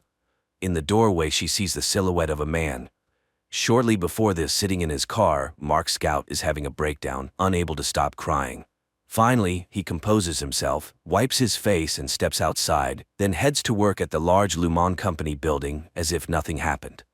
In the locker room, Scout changes his shoes, watch, and pass, swapping his name tag for a blue square with the company's logo.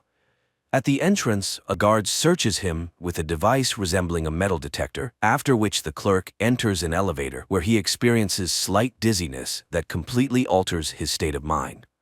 Easily navigating the maze of long, pristine corridors, Mark reaches his office designed for 4 clerks, labeled as the Macro Data Refinement Department.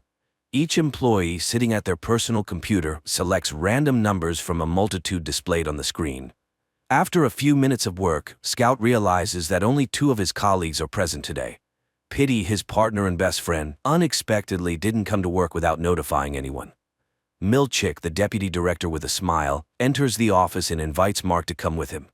The men arrive at the office of Harmony Coble, the department head, who talks to the employee as if all her words are memorized in advance.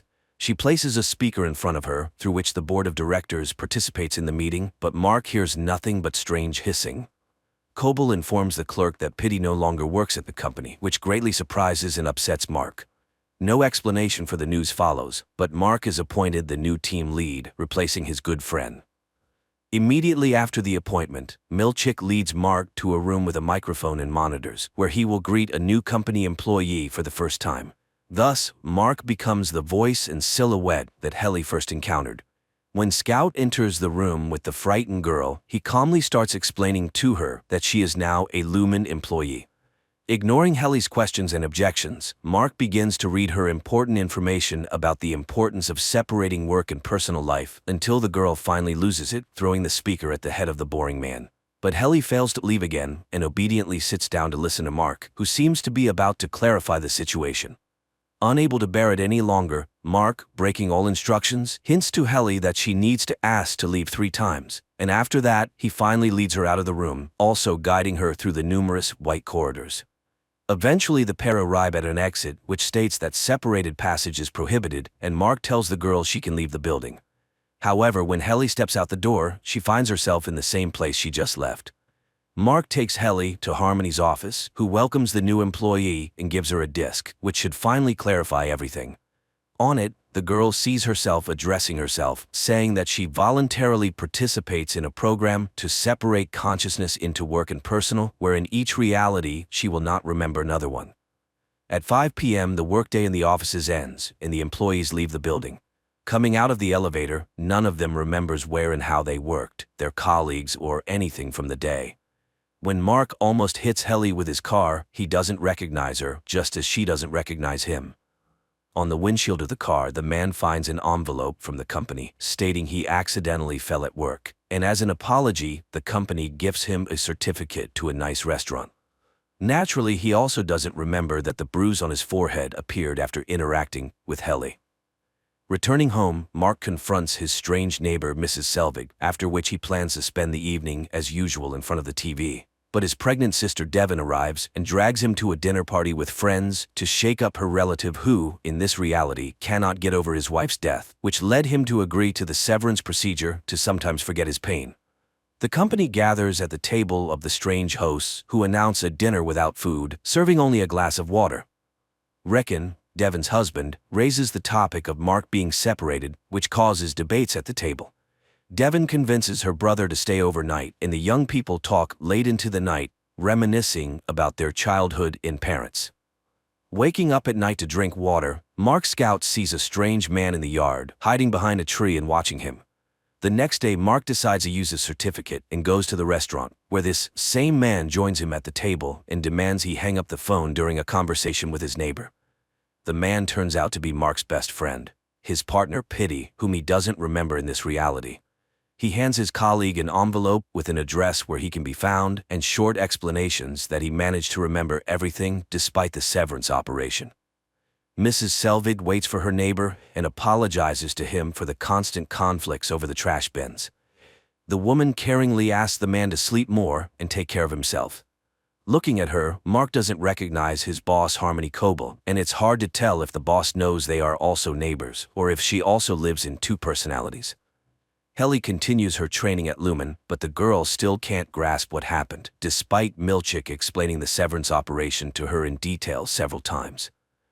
A new workday begins. Mark tidies up the office, drinks coffee, and while wiping his desk, he focuses on a group photo featuring himself and his colleagues, including Pitty. He gathers identical pictures from all 4 desks and hides them in a closet to avoid being upset over his missing friend. When all the employees gather in the office, Mark explains to Helly what their job entails.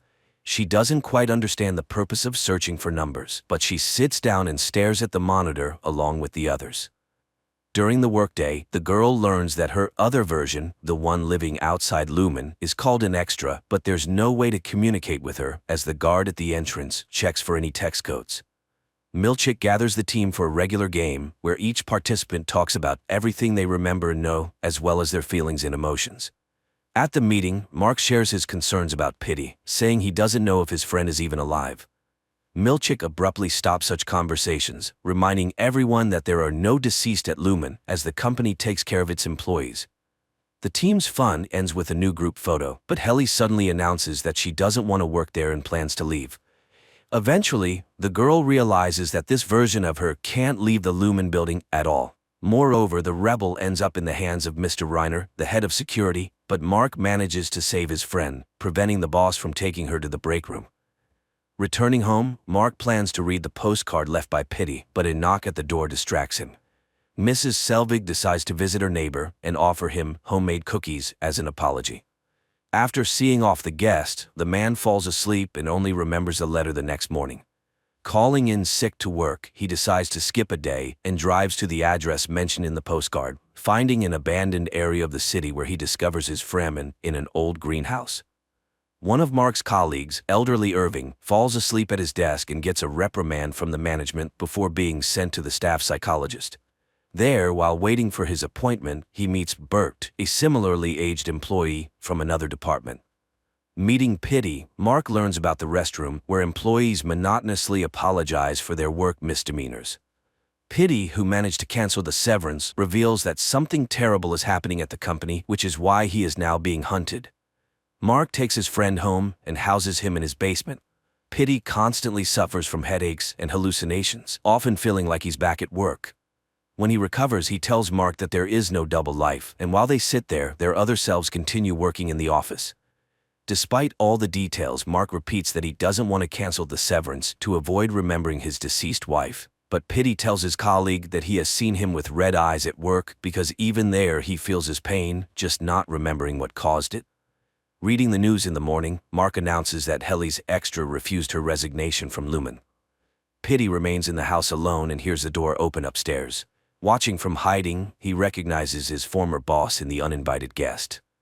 Helly constantly tries to pass a note to her extra, but Mark carefully watches the girl, and even when she decides to swallow a pen cap with the message inside, he informs her that the detector will show that too, leading to an unpleasant procedure to extract it.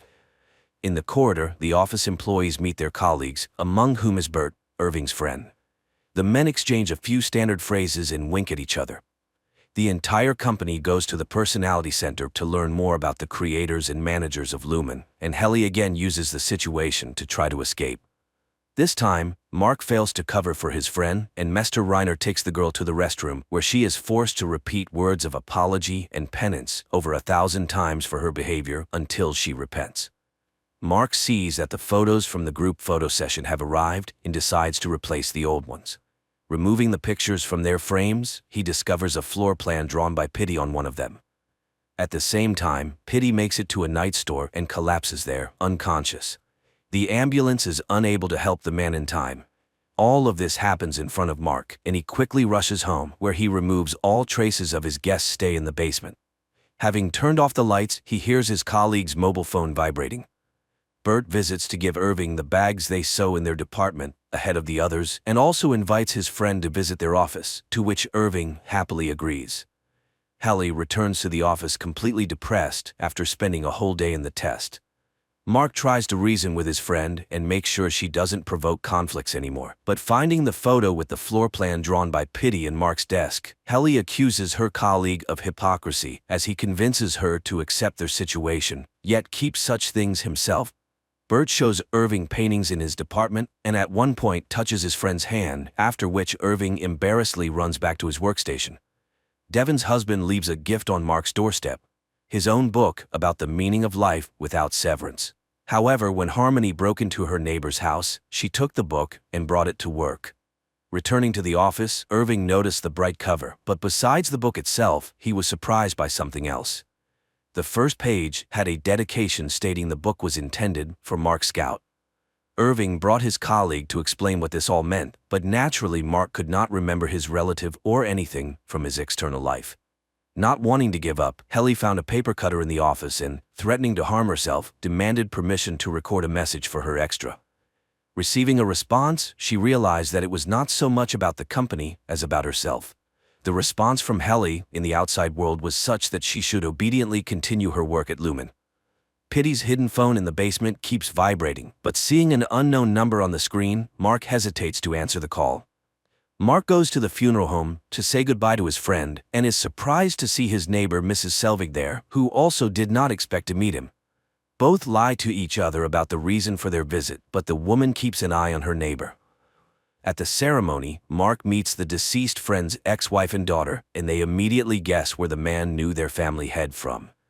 Waiting for everyone to be occupied with saying goodbye, Harmony sneaks up to the body and extracts the severance chip from his head. Arriving home, Mark changes his mind about going in and drives to the place where his wife once died. Harmony brings the chip to work and entrusts Milchick to check it in the laboratory to find out how the man managed to cancel the severance. Also, the woman calls Casey, asking the staff psychologist to conduct a session with Mark, as she fears he will also be tempted to cancel the severance. Locked in the bathroom, Mark reads the stolen book about the meaning of life. When it's time for the session, the man obediently comes at the appointed time. The psychologist lights a candle that Harmony stole from a box with personal belongings of Mark's deceased wife. The boss herself watches the conversation through a monitor. Helly, after saying goodbye to her colleagues, goes home. In the elevator, the girl brings a trash bin and a rope, as she can no longer endure the monotonous days without the possibility of liberation. Tying the rope to the elevator ceiling, the girl knocks the trash bin from under her feet. Mark calls the elevator at the end of the workday, and when the doors open, he sees lifeless Helly.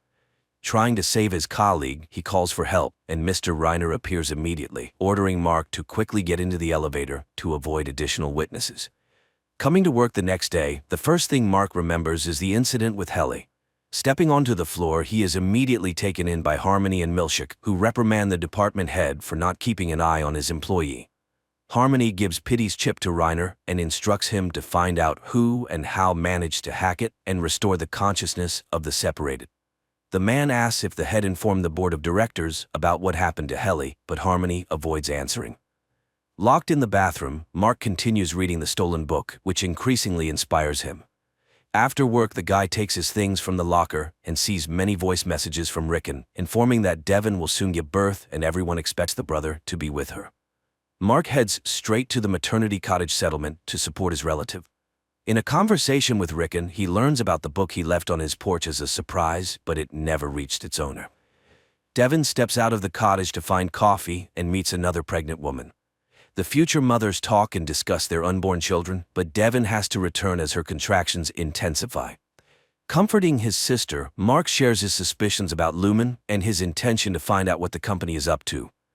Psychologist Miss Casey comes to the office tasked with monitoring Helly and reporting any signs of melancholy and sadness to the management. Despite the specialist's surveillance, Mark manages to take his colleague to another wing to talk without eavesdroppers. Wandering the corridors, the pair find a department where goats are raised, which greatly surprises them.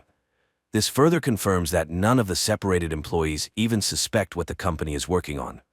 Irving meets with Bert in the conference room, but their conversation is immediately interrupted by Dylan, who forbids his co-worker from interacting with an employee from another department. Miss Casey finds the runaways and brings them back to the office, watched by Harmony through a monitor. Mark explains their escape as a health walk he took his colleague on. At home, the head receives a call from Reiner, informing her that they have tracked the source of the hack on Pitty's chip. According to the security officer, it could only have been done by one person, former Lumen employee, Gabby. Mark takes out his friend's phone from the box and sees that the unknown number is still calling. After giving birth, Devon goes for a walk in the park with her baby and sees the same woman she met in the maternity cottage. Waving at her and not receiving a response, the young mother decides to approach, but it becomes clear that her friend does not remember her at all. Furthermore, the baby she holds is named differently than she introduced him in their conversation, and when asked why the name was changed, the woman cannot answer, as if she doesn't understand the topic at all. The 4 employees of the Macro Data Refinement Department gather in the cafeteria, and Mark and Helly suggest to their colleagues that they explore the building and meet other departments. However, the timid and law-abiding Irving and Dylan do not approve of such behavior. Harmony summons Mark and informs him that Miss Casey has been punished and sent to the restroom for not keeping an eye on Helly on the day Mark took her out of the office. The 4 decide to meet Bert's department and find out what they do.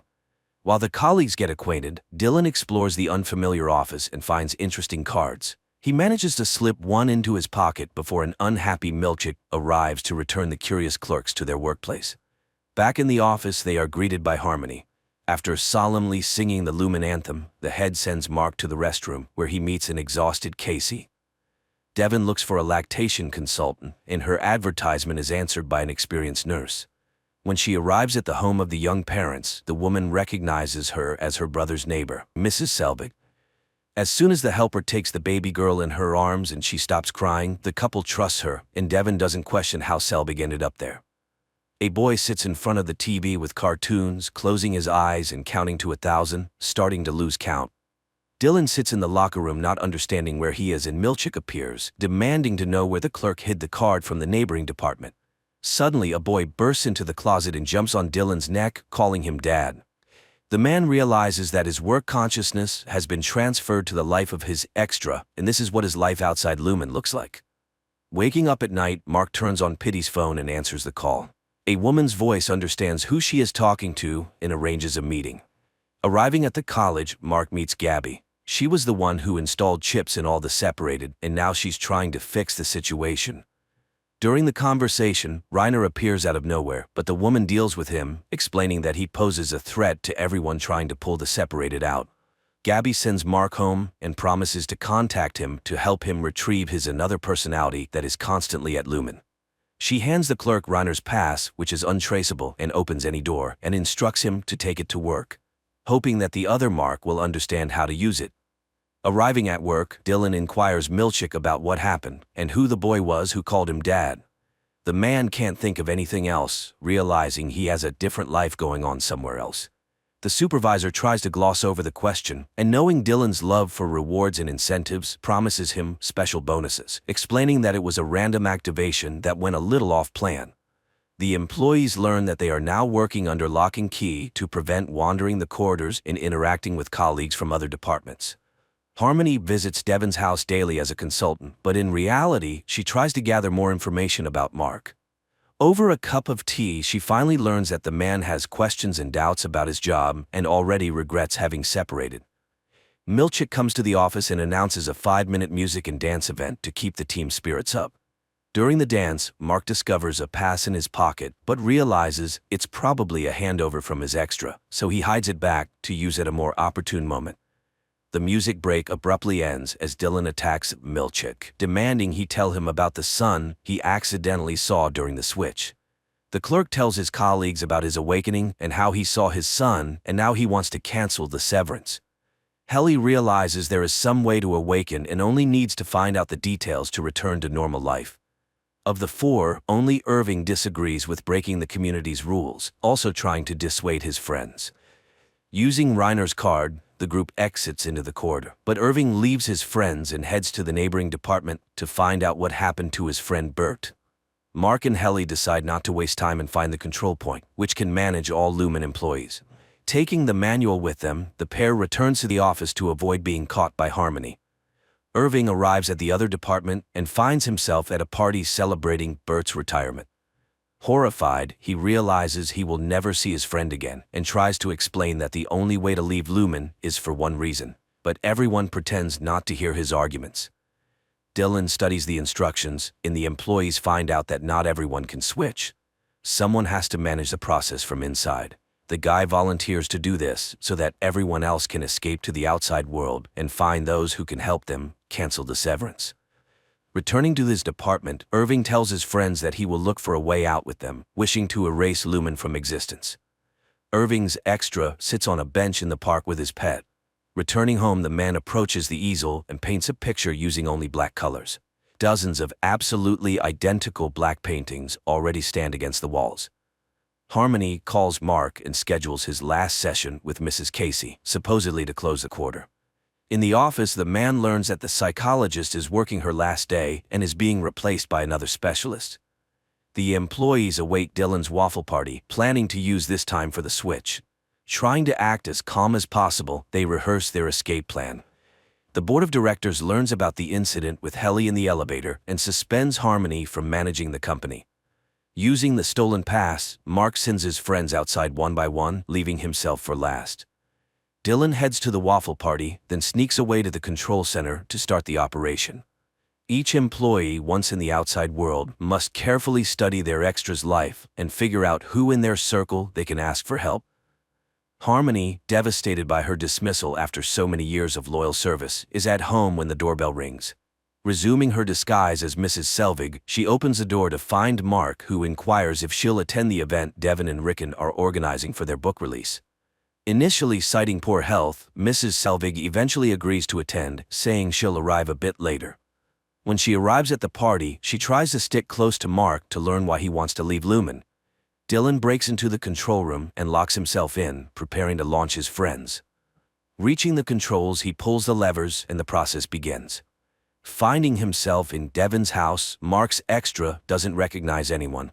The same happens with Irving and Helly. Irving finds himself at an easel with a black canvas, while Helly is at a reception among influential people. After learning from the guest that Devin is his sister, Mark tries to speak with her alone for help, but he can't manage it due to the crowd and commotion in the house. Exploring his apartment, Irving realizes he's alone except for his dog. He finds military awards and a locked chest containing items and photos of his son who died in the war. Helly's situation is the most complex. While examining the hall, she realizes she's not just a participant in the severance program, but a direct descendant of Lumon's founders, the daughter of the current company owner. Her extra is supposed to give a speech today about the benefits of having two entities and not wasting personal life on work. At the bottom of the chest, Irving finds strange records and a map with many marks. It becomes clear his extra has long been trying to unravel Lumen's mystery. Gathering everything, he finds car keys and plans to drive to Bert, whose name he found marked on the map. Guests at Devin's house attentively listen to Rickon, but Mark is preoccupied with finding help. Noticing his boss, he doesn't immediately realize she shouldn't be there. Addressing Harmony by her last name, he inadvertently reveals himself and his plan. In a hurry, he runs to his sister, leaving Harmony in confusion. Devin hands the baby over to the feeding assistant and finally makes time for her brother, who tells her that it's actually his another person, and he urgently needs help to get out of the trap. The woman doesn't fully understand what's happening, but she tells Mark that her brother decided to have surgery, unable to cope with the pain of his wife Gemma's death. Helly, watching her own interview on huge screens advocating the benefits of severance, feels dizzy and hides in the restroom, where her father finds her and expects a vibrant and emotional performance. Mark asks his sister about his boss from Lumen being at her party, and based on Devon's description, realizes she has entrusted her child to a terrifying woman. Rushing out of the room, Devon begins searching for her daughter but finds neither the nanny, her car, nor the girl. Eventually, a guest finds the baby carrier in an empty room. Meanwhile, Harmony races to Lumen, simultaneously calling Milchick to inform him of the emergency. The 3 employees have escaped to the outside world. Milchick rushes to the control room, trying to negotiate with Dylan to open the door. Realizing that bonuses and incentives won't work in this situation, the supervisor promises to tell him not only about the boy from the closet, but also about his 2 children. Dylan remains steadfast, but Milchick understands he needs to enter the room, so he cuts the belt Dylan used to lock himself in. Arriving at the specified address, Irving sees his friend from the neighboring department relaxing with a companion in his own home. Helly prepares to go on stage, intending to tell everyone the truth. Mark, left alone in the room, decides to look at family photos, and on one of them, he sees himself with his deceased wife. To his horror, it turns out to be Mrs. Casey. Harmony manages to arrive at the gala event and tells Helly she knows everything. Unfazed, Helly whispers her plans to her boss and takes the stage, despite threats that she will make her friends suffer. Irving decides to step out of the car and knocks on Bert's door to tell him the truth about working at Lumen.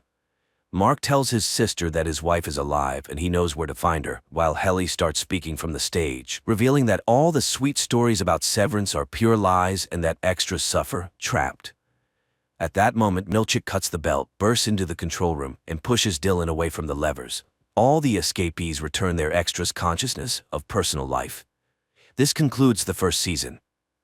Clearly, many questions remain unanswered. Most importantly, what exactly do the employees at Lumen Company do?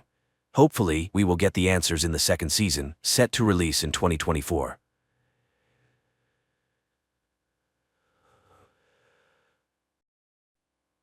The crew of the spaceship is in cryogenic sleep. Astronaut George Taylor is dictating his final report. Exactly half a year ago by the ship's time, they left Cape Canaday. Over 7 centuries have passed on Earth during this period. The people who sent them on this journey have long since died, but Taylor has no regrets about what they've done. Everything seems different from here. The flow of time is distorted and space is limitless. The only thing he would like to know is whether humanity, the miracle of the universe that sent him into the sky, continues to wage war. A last glance at the clock. It's March 27, 2673 on Earth. He looks at his comrades and lies down in his place. After a while, the ship makes an emergency landing on an unknown planet and finds itself in the middle of a body of water. The crew wakes up and realizes that they have slept much longer than the calculated time. But the most horrifying shock is the death of the only woman, Stewart. At that moment, water begins to enter the ship. They need to evacuate, especially since the samples showed that the atmosphere is suitable for breathing. Looking at the ship's clock, which is frozen at Earth time, November 25, 3978, the crew abandons the sinking ship.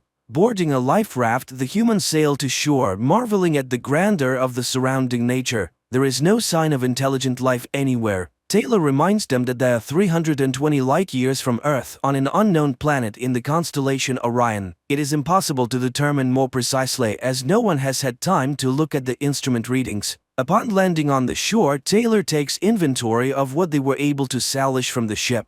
A pistol, 20 rounds of ammunition, a first aid kit, and a 3-day supply of food and water. The only question now is how long is a day here? They are discussing the strange death of Stewart, apparently caused by depressurization. It seems they were flying for 18 months, while on Earth it has been about 2,000 years. There is no hope of returning, and time has erased everything they knew. Therefore, they need to start studying this planet. Analysis show that nothing can grow here as there is very little carbon dioxide. But there is nothing dangerous to human health either. They have 72 hours left until they run out of food. Landon sets up a small flag of the United States of America on the shore and the astronauts set off on their journey. The surroundings are strange and wild, bizarre rocks and lifeless canyons. The people almost get trapped under landslides several times. Thunderbolts light up the sky without bringing rain.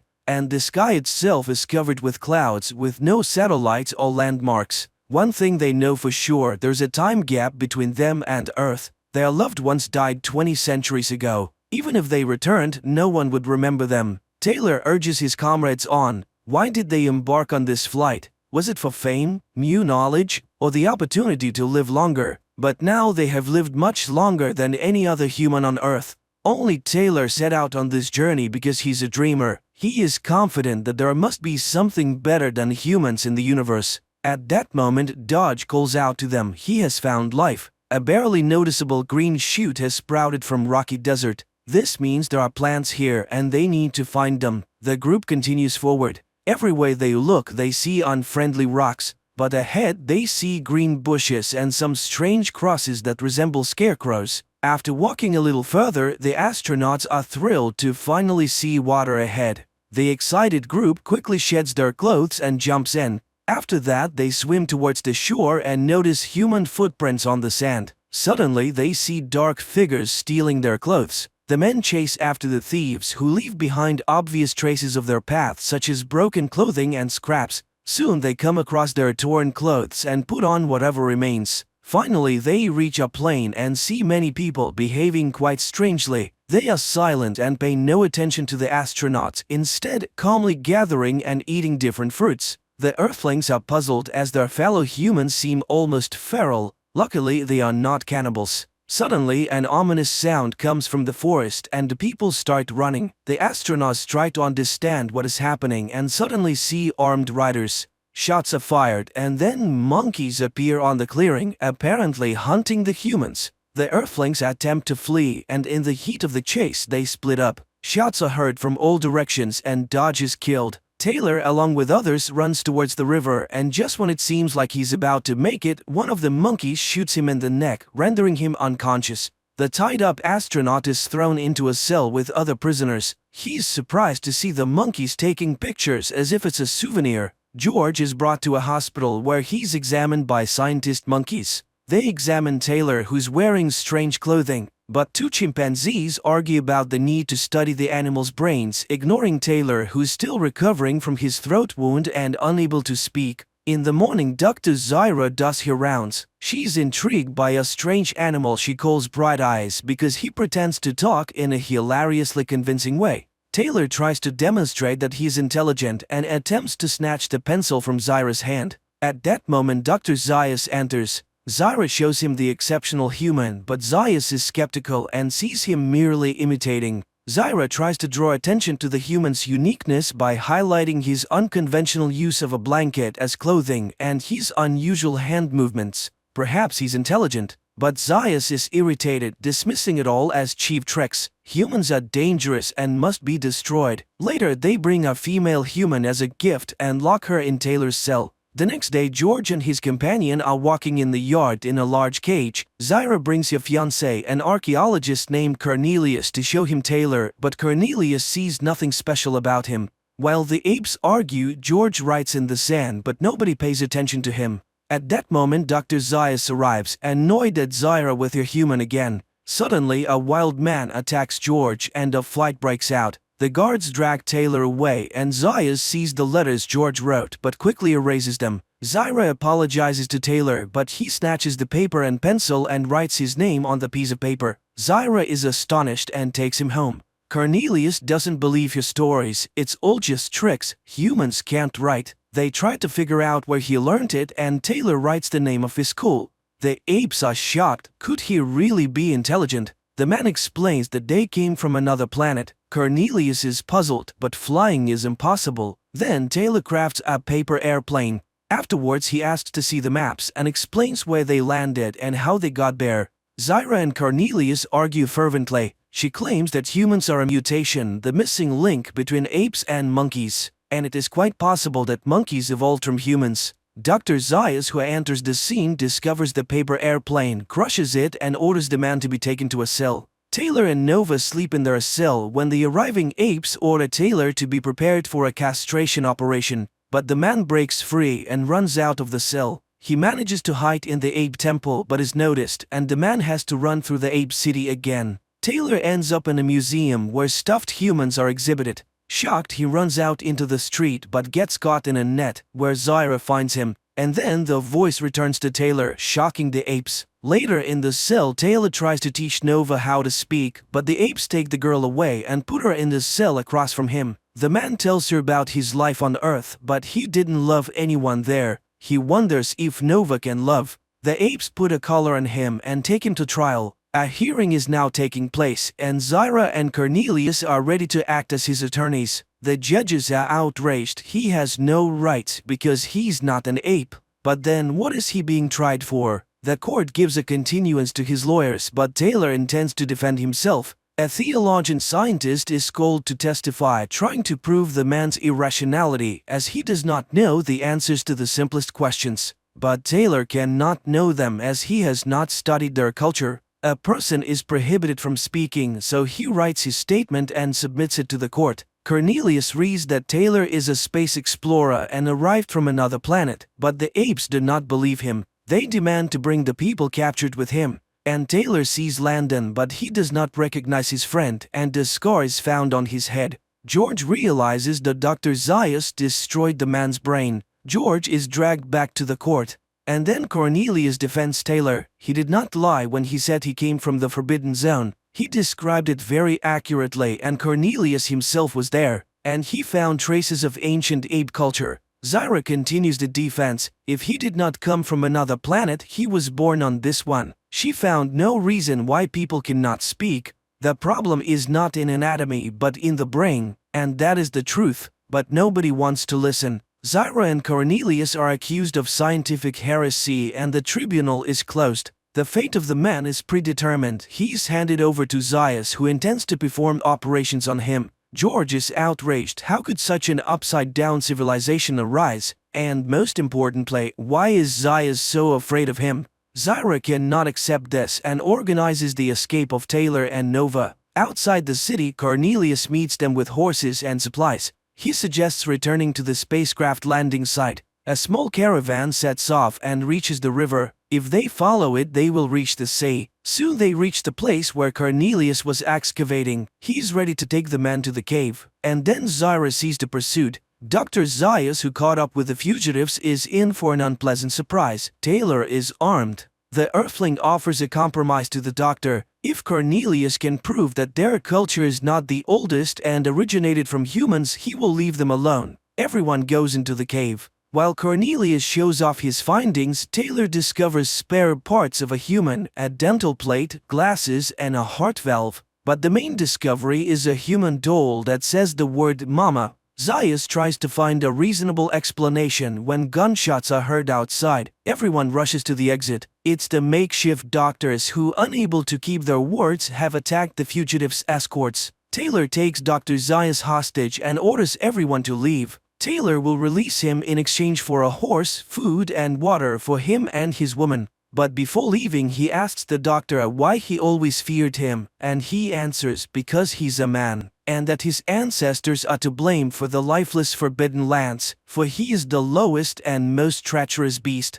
The people leave, and the doctor orders the cave to be blown up and Zyra and Cornelius to be arrested. He saves the future of his people. Taylor and Nova ride along the beach. Suddenly, the man jumps off the horse in horror. He has returned, and they did it after all. They blew them all up and destroyed civilization, let them burn in hell. Nova looks at Taylor in fear. She doesn't understand what is before her, the upper part of the Statue of Liberty rising on the ocean shore. The film is based on the book by French writer Pierre Boulle, who considered his novel one of his least successful works and therefore had serious doubts about its success on the big screen. But in the end, the film ranked 350th on Empire magazine's list of the 500 greatest films.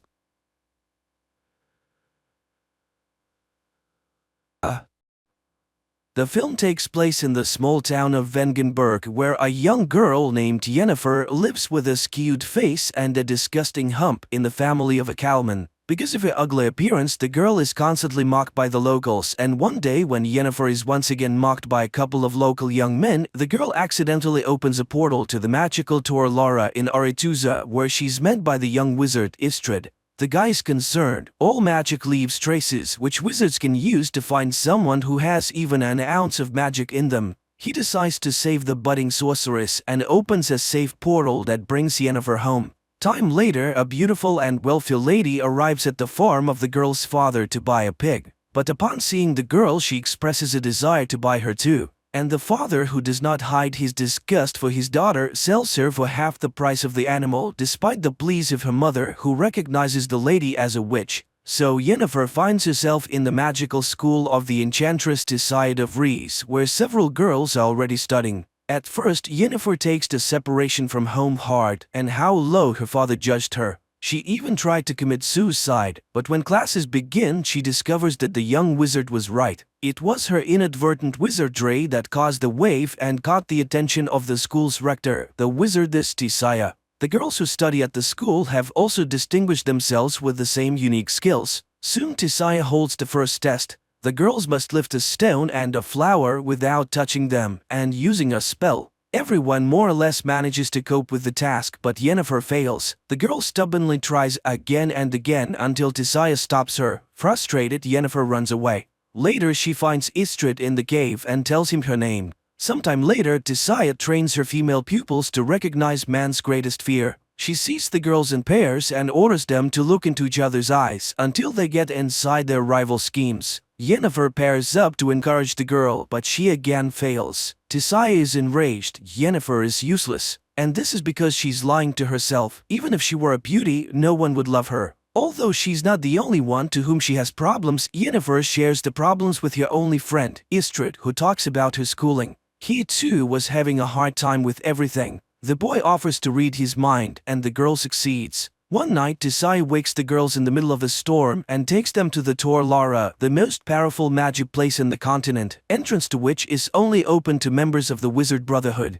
Today, there will be a test in the art of controlling the flows of chaos, which requires catching lightning in a bottle. The girls do not believe in such a possibility, and some get strong discharges even after catching the lightning. Yennefer's turn comes, and she reaches up with the bottle, but it is thrown back against the wall. Enraged, she directs her power at her more fortunate opponent, Tissaia, blocking her mental blow. Later, she reprimands her apprentice she almost killed today, which means that her emotions can ruin her own. Tissaia cannot be sure that Yennefer will not go along with her feelings and harm his school, for she's to become a court sorceress, and the weak have no place near a ruler. The enchantress already doubts that there's anything in her that the wizarding chapter needs. Frustrated, Yennefer tells Istrid everything. But most importantly, the enchantress knows all about them and they won't be able to see each other again. The guy is willing to show her other, more ancient and powerful magic, but it is very dangerous. He shows her the skulls of the dead elves who built Aretuza.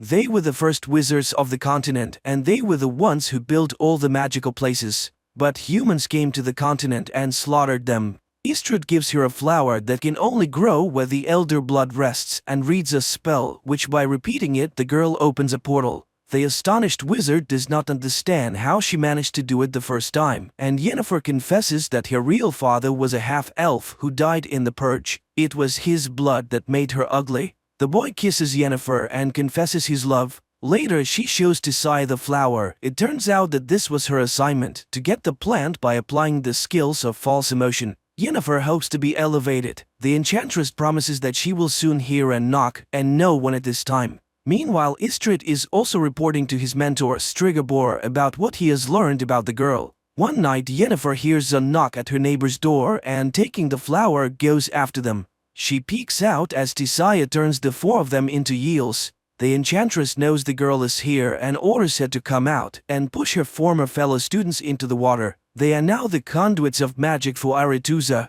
Yennefer performs this and then sees many silhouettes of former schoolmates in the water. Time passes. Yennefer enjoys a love affair with Istrid, applying what she has learned to enhance the effect of intimacy. Thus, one day she created a whole crowd that watched her intimacy and then rewarded the lovers with applause. The guy is amazed at her imagination. What will she come up with next time? So the day of the final rite is approaching, after which they will be masters of their own destiny. Yennefer dreams of graduating from Aretuza and returning to her native Aedirn as a powerful sorceress to show her longtime abusers and her father what she's been able to achieve. In addition, all Aretusa graduates are perfected before being sent to the different kingdoms. All physical defects are removed, which awaits Yennefer as well. The wizard in charge shows her his work, the flawless beauty of the graduates, and promises her an equally wonderful result. He suggests making her color a noble but strong gray. Tisai, on the other hand, teaches her to look in the mirror and see what Yennefer herself wants. She orders the girl to close her eyes and imagine the most powerful woman in the world. Yennefer complies with the order but does not yet see the promised beauty. Meanwhile, the chapter of wizards gathers in Aretusa to decide where their graduates should go, for all kings need court wizards. Then it transpires that one of the leaders of the council, the wizard Stregobor, knows that Yennefer is a quarter elf, which means that she will not be accepted at Aretusa, where there is a prejudice against elves. The chapter vows to send Yennefer to Nilfgaard, which the aspiring enchanter does not like. She demands an audience with the chapter, but Tisai declares herself in charge of the distribution. Yennefer is beside herself. She has no intention of wasting her life serving the king of a small southern kingdom and a lover of women. The tutor reminds her of the elven blood, and the girl understands how Stregobor knew about it. The initiation ceremony begins, which Yennefer does not attend. Worried, Istrid finds her behind a letter to her father, asking him to confirm that she's his own daughter. The boy does not believe that this letter can convince the chapter. But the girl simply does not know what to do, for even if Istrid disproves his words about her origins, no one will believe him anymore. The enchanter is frustrated. He didn't know why Stregobor needed this information, and she has already missed all the initiation spells. Istrid suggests that she should go with him, for he has been offered to become an explorer. They can travel the continent and discover the unknowable. But unexpectedly, the girl cruelly ridicules his plan. She's not going to dig through the dust of the ages at all, and these are his dreams and intentions, and her opinion, as always, he does not even ask. Istrid is shocked. Yennefer is not at all what he thought she was, and he expresses his opinion that she's angry because she missed her chance to find beauty. But a girl needs power, and she didn't experience so much hardship studying at the magic school for nothing. Yennefer runs to the enchanter, who is in charge of perfection, and demands to show her art. Not even the lack of a potion to dull the terrible pain that accompanies the transformation process stops her. As the magician begins the process, Yennefer asks for her eyes and the cut marks on her hands as a reminder of her former weakness. And the wizard informs her that every magic has a price. Having been reborn, she will not be able to walk. But the girl agrees to everything, even to the removal of her womb necessary for a complete transformation. The magician reads spells, and the girl screams in terrible pain and rips the chains with which she was tied to the table. Her spine straightens, her entire body seems to melt and shift from one form to another. Finally, writhing in pain, Yennefer loses consciousness. Meanwhile, in the main hall of Aretusa, the initiation ball continues. Suddenly, Tisai sees a door opening, in which stands an unusually beautiful girl with violet eyes. She realizes that Yennefer has disobeyed her orders and hurries to take her away. But it is too late. The Aedern ruler has already noticed the beauty. He invites her to a dance where he expresses his desire to see her as court wizard in his kingdom. Tisai has to retreat and only watch the dance of the king and the enchantress from afar. Directed based on a series of books by Sapkowski, The Witcher is quite curious, fascinating and vivid.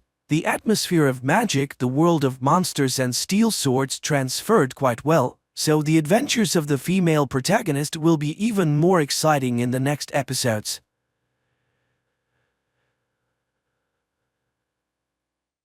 The story begins with a gripping and mysterious scenario. Ethan, a Secret Service agent from Seattle, regains consciousness in a forest after a car accident. Sporting a bruised face and feeling disoriented, he manages to make his way through the pine forest and finds himself in the seemingly peaceful town of Wayward Pines, Idaho. His appearance in town draws curious looks from passers-by, and upon entering a restaurant and collapsing from exhaustion, he learns from a waitress where he is. Ethan wakes up in a hospital bed in Wayward Pines, where a nurse named Pam tends to him, explaining he has minor injuries from the car accident. Distressed, Ethan inquires about his partner, Stallings, who was with him during the accident, only to learn of Stallings' tragic death. When he asks for his cell phone and belongings, he's advised they're at the police station, but he's encouraged to rest instead. Despite being the only patient in the hospital and against Pam's advice, Ethan leaves to go go to the police station. There, he finds he can't access his belongings during the day, leading him to a nearby bar. Meanwhile, Ethan's boss Adam informs his wife Teresa that Ethan has been in an accident, but they haven't found his body yet. At the bar, Ethan borrows a phone from a waitress named Beverly to try and contact his family, but fails. Beverly empathizes with his situation, and it gives him her address in case he needs further help. He tells her his identity and that he is looking for two fellow agents, Evans and Kate, who is also Ethan's lover. Later, he notices her note mentioning the absence of crickets in Wayward Pines. On his way to the motel, he hears cricket sounds, but they are coming from a hidden speaker. The next morning, unable to pay for his hotel, Ethan visits Beverly's address only to find an abandoned cabin with the decaying body of Evans inside. Returning to the police station, he encounters an indifferent Sheriff Arnold who denies having Ethan's belongings and is unresponsive about the body. Ethan's attempts to make phone calls again prove fruitless. Back at the bar, Ethan finds a new operator and Beverly's mysterious absence. After an argument, Ethan is knocked unconscious. He wakes up in the hospital once more, this time restrained. Dr. Jenkins, a psychiatrist, insists on performing surgery due to a supposed blood clot despite Ethan's protests. Injected with a sedative, he's left in the operating room. Surprisingly, Beverly rescues him, and together they knock out Pam and they escape the hospital. They reach a secluded wooden house where Beverly shares her own experience. She reveals she arrived in Wayward Pines in 1999, searching for an escape for a year. She also tells him she and Evans tried to escape, but he was killed. As Ethan falls under the sedative, he tells her it is actually 2014 now. Ethan wakes to find Beverly gone. Adam and investigators in Seattle are puzzled by the lack of evidence indicating Ethan's presence in the car during the accident. Meanwhile, in Wayward Pines, Ethan spots Kate, the other missing agent, at a nearby party. She appears older than he remembers, and Ethan cautiously follows her to a house that she enters with a man named Harold. When Ethan confronts Kate, she denies knowing him and warns him about the town's extensive surveillance with cameras and hidden microphones. Shockingly, she reveals she has been living in Wayward Pines for 12 years, leaving Ethan bewildered and alarmed. Determined to escape, Ethan steals a parked car, but his attempt to leave Wayward Pines is unsuccessful as he finds himself inexplicably back in town. Frustrated, he tries to flee on foot, only to be stopped by a massive electrified wall surrounding the town. Sheriff Arnold confronts him for the car theft and dismisses his claims of being a Secret Service agent. The next day, Ethan returns to the cabin where he found his colleague's body, still undisturbed. He discovers a mysterious notebook in his friend's boot, but is interrupted by Arnold, who arrives with a gun, claiming a forensic team is coming. Ethan is forced to leave and heads back to the hotel. At the bar, he unexpectedly encounters Beverly again. She covertly arranges a secret meeting and gives him money, hinting at a plan involving Evans's notebook. Using the money, Ethan visits a cafe and manages to call the Secret Service, only to realize the operator is an imposter. He becomes suspicious when the cashier hastily takes the banknote from him. Later, Ethan tries to connect with Kate at the toy store where she works. Despite his efforts, Kate remains distant and secretive, adhering to the town's strict rules against discussing the past. Ethan's confusion deepens when he visits Evans's home, where Evans's wife denies knowing him and claims she witnessed her husband's suicide. Seeking answers, Ethan confronts Arnold, who instructs him to stay at the hotel and informs him that Evans's body has been sent to the morgue.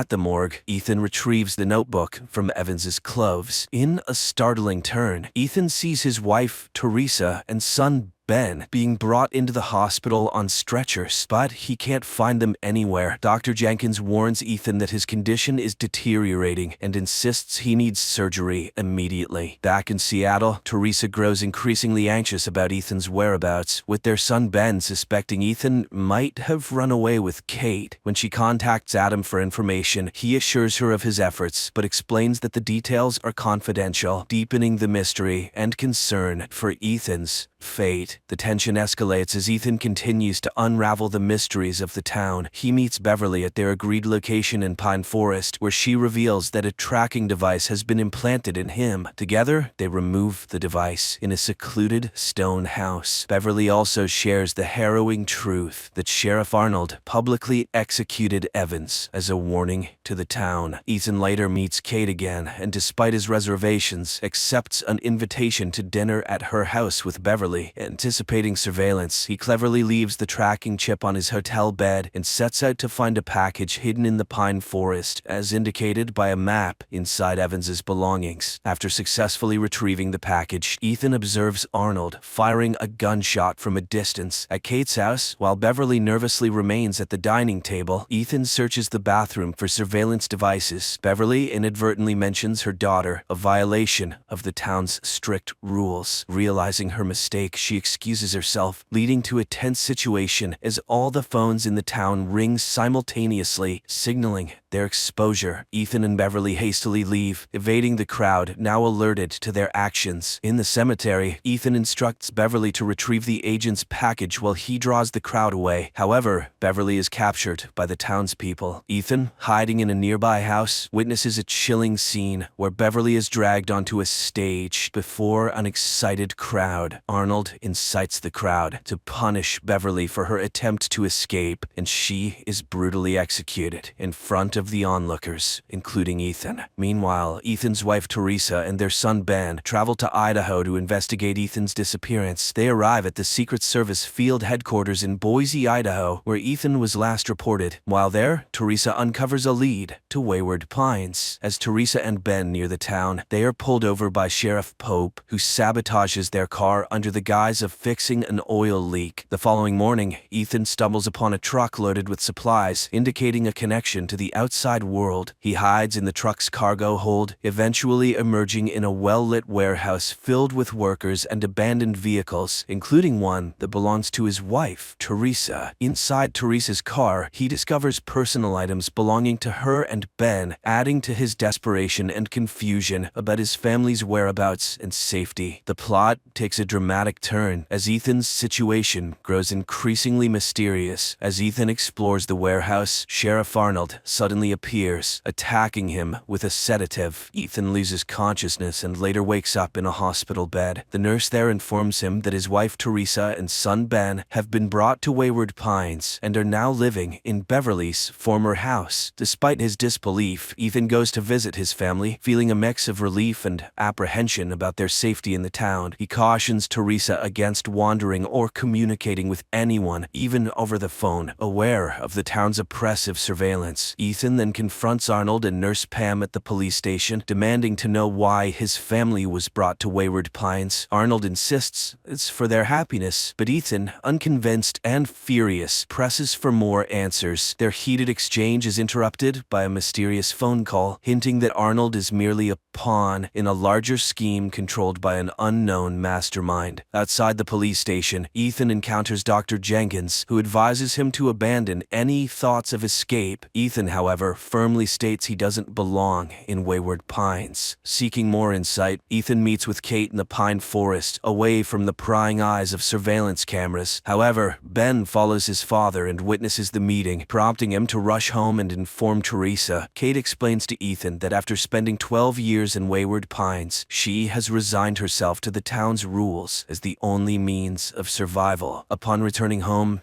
Ethan is shocked to find his family missing, with only Teresa's wedding ring left behind. Frantically searching for them, he discovers them near the isolation wall, where Arnold is threatening them with a gun. In a tense confrontation, Ethan struggles with Arnold, and Ben intervenes by hitting Arnold with a car. As Arnold lays dying, he cryptically warns Ethan that the truth is far worse than he can imagine. Ethan, taking the key to the isolation wall, opens the gate, only for a strange figure to snatch Arnold's body, accompanied by a creepy noise. Ethan quickly closes the gate and escapes with his family. Back at home, the family is deeply shaken. Ethan advises them to pretend to lead a normal life while they plan their escape. The next day, a mailman delivers a letter to Ben, welcoming him to Wayward Pine Academy, along with a uniform. Ethan, in need of a gun, visits the police station only to encounter the mayor, Brad, who warns him to follow the town's rules and avoid asking questions. Ethan is also congratulated on becoming the new sheriff, complete with a cake and a newspaper announcing Arnold's retirement. Reluctantly,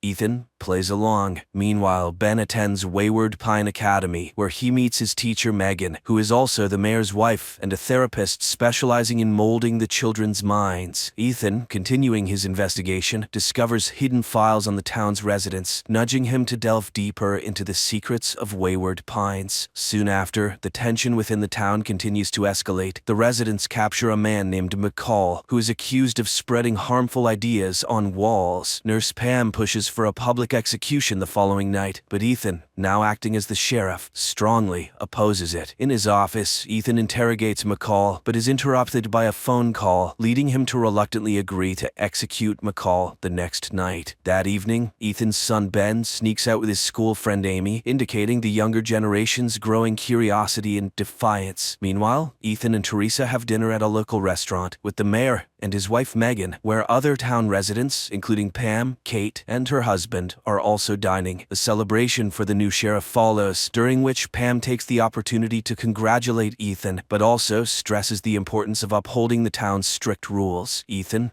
feeling the weight of his new role, publicly declares his commitment to rooting out true evil in Wayward Pines. After the dinner, Ethan asks Teresa to return home, while he attempts to secretly help McCall escape from the cell. However, McCall suggests they head towards the isolation wall instead. At a cliff near the wall, McCall reflects on its purpose, whether it's meant to keep the residents in, or something from the outside out. In a moment of desperation, McCall embraces Ethan and then runs into the electrified wall, sacrificing himself in a bid for freedom. Teresa, meanwhile, receives a letter stating she can now work at the Wayward Pines Realty Associates, McCall's previous workplace. Ethan, determined to leave Wayward Pines, packs weapons and successfully climbs the cliff. However, he soon realizes he's being watched by a strange figure. As night falls, a dark shadow attacks him, injuring his arm. Despite firing his gun, Ethan is unable to fend off the swift creature. The next morning, Ethan prepares to navigate the pine forest, hoping to find help from the nearest city. In the town, Ben finds his new school unsettlingly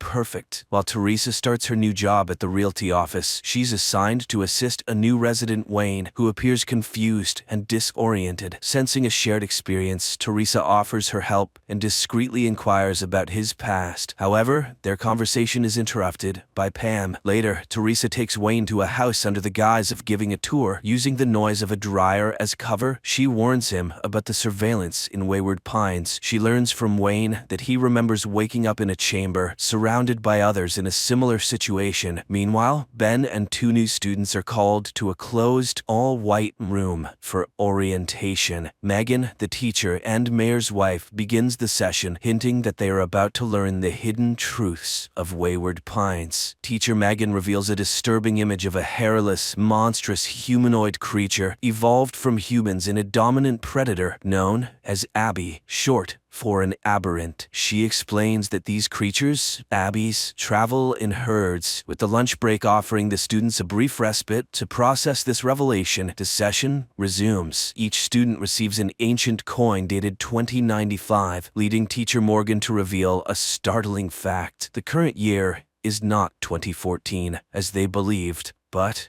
4028. She explains that their supposed accidents were actually deliberate selections to bring them to Wayward Pines. The residents, including the students, have been in hibernation chambers for over 2 millennia, chosen by the program's creator, David, who Megan says is always watching over them, though they will never meet him. Ethan, feeling a constant sense of surveillance, ventures into the woods. He cleverly uses an animal carcass to mask his scent and observes the Abbeys. His journey through the pine forest leads him to the ruins of human civilization, confirming teacher Megan's revelations. Unexpectedly, he encounters a helicopter and meets Dr. Jenkins, who reveals himself as David, the architect of Wayward Pines. David urges Ethan to return to town promptly. My friends, the continuation of the story is now on the screen in front of you.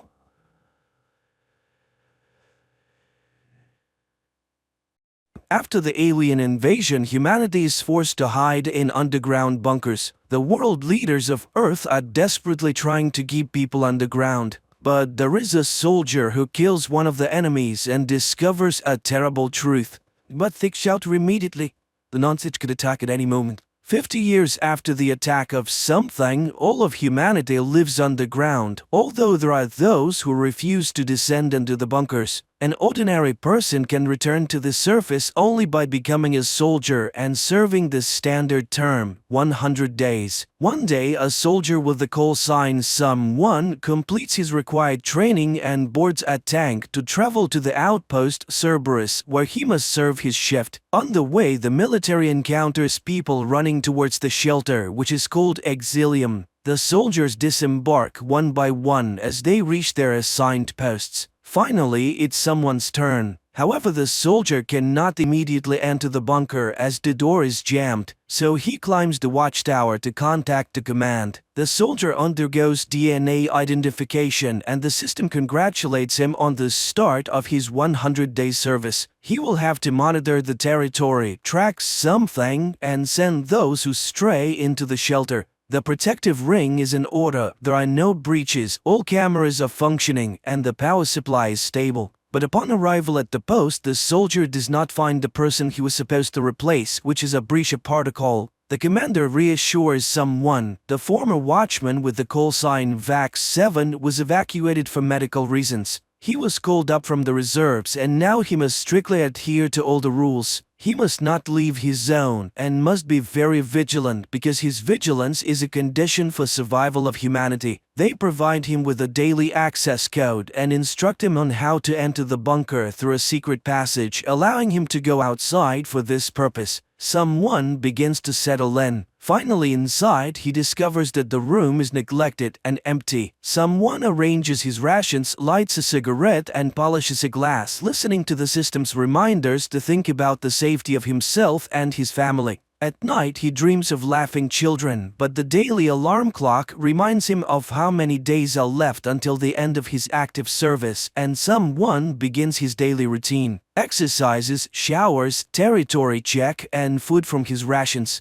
During lunch, he suddenly hears strange sounds and sees movement in the corner of the room, but doesn't have time to understand what it is. Later, he reports everything to the commander, but the commander reassures him everything is proceeding as usual. At night, someone sees children playing again. In the morning, the routine of the previous day repeats: exercises, shower, food, and the one regulated cigarette. Every day is an exact copy of the previous one. There are 87 days left until the end of his service when someone manages to catch an unknown creature, which turns out to be a white rat. However, the animal escapes without allowing itself to be properly examined. Immediately, there is a report of an attack by something on the refugees, and there is no one left alive. Someone activates the system check, and it reports that the defense lines are not damaged. But the soldier clearly sees movement in the bushes on the monitoring screen and reports it to the commander.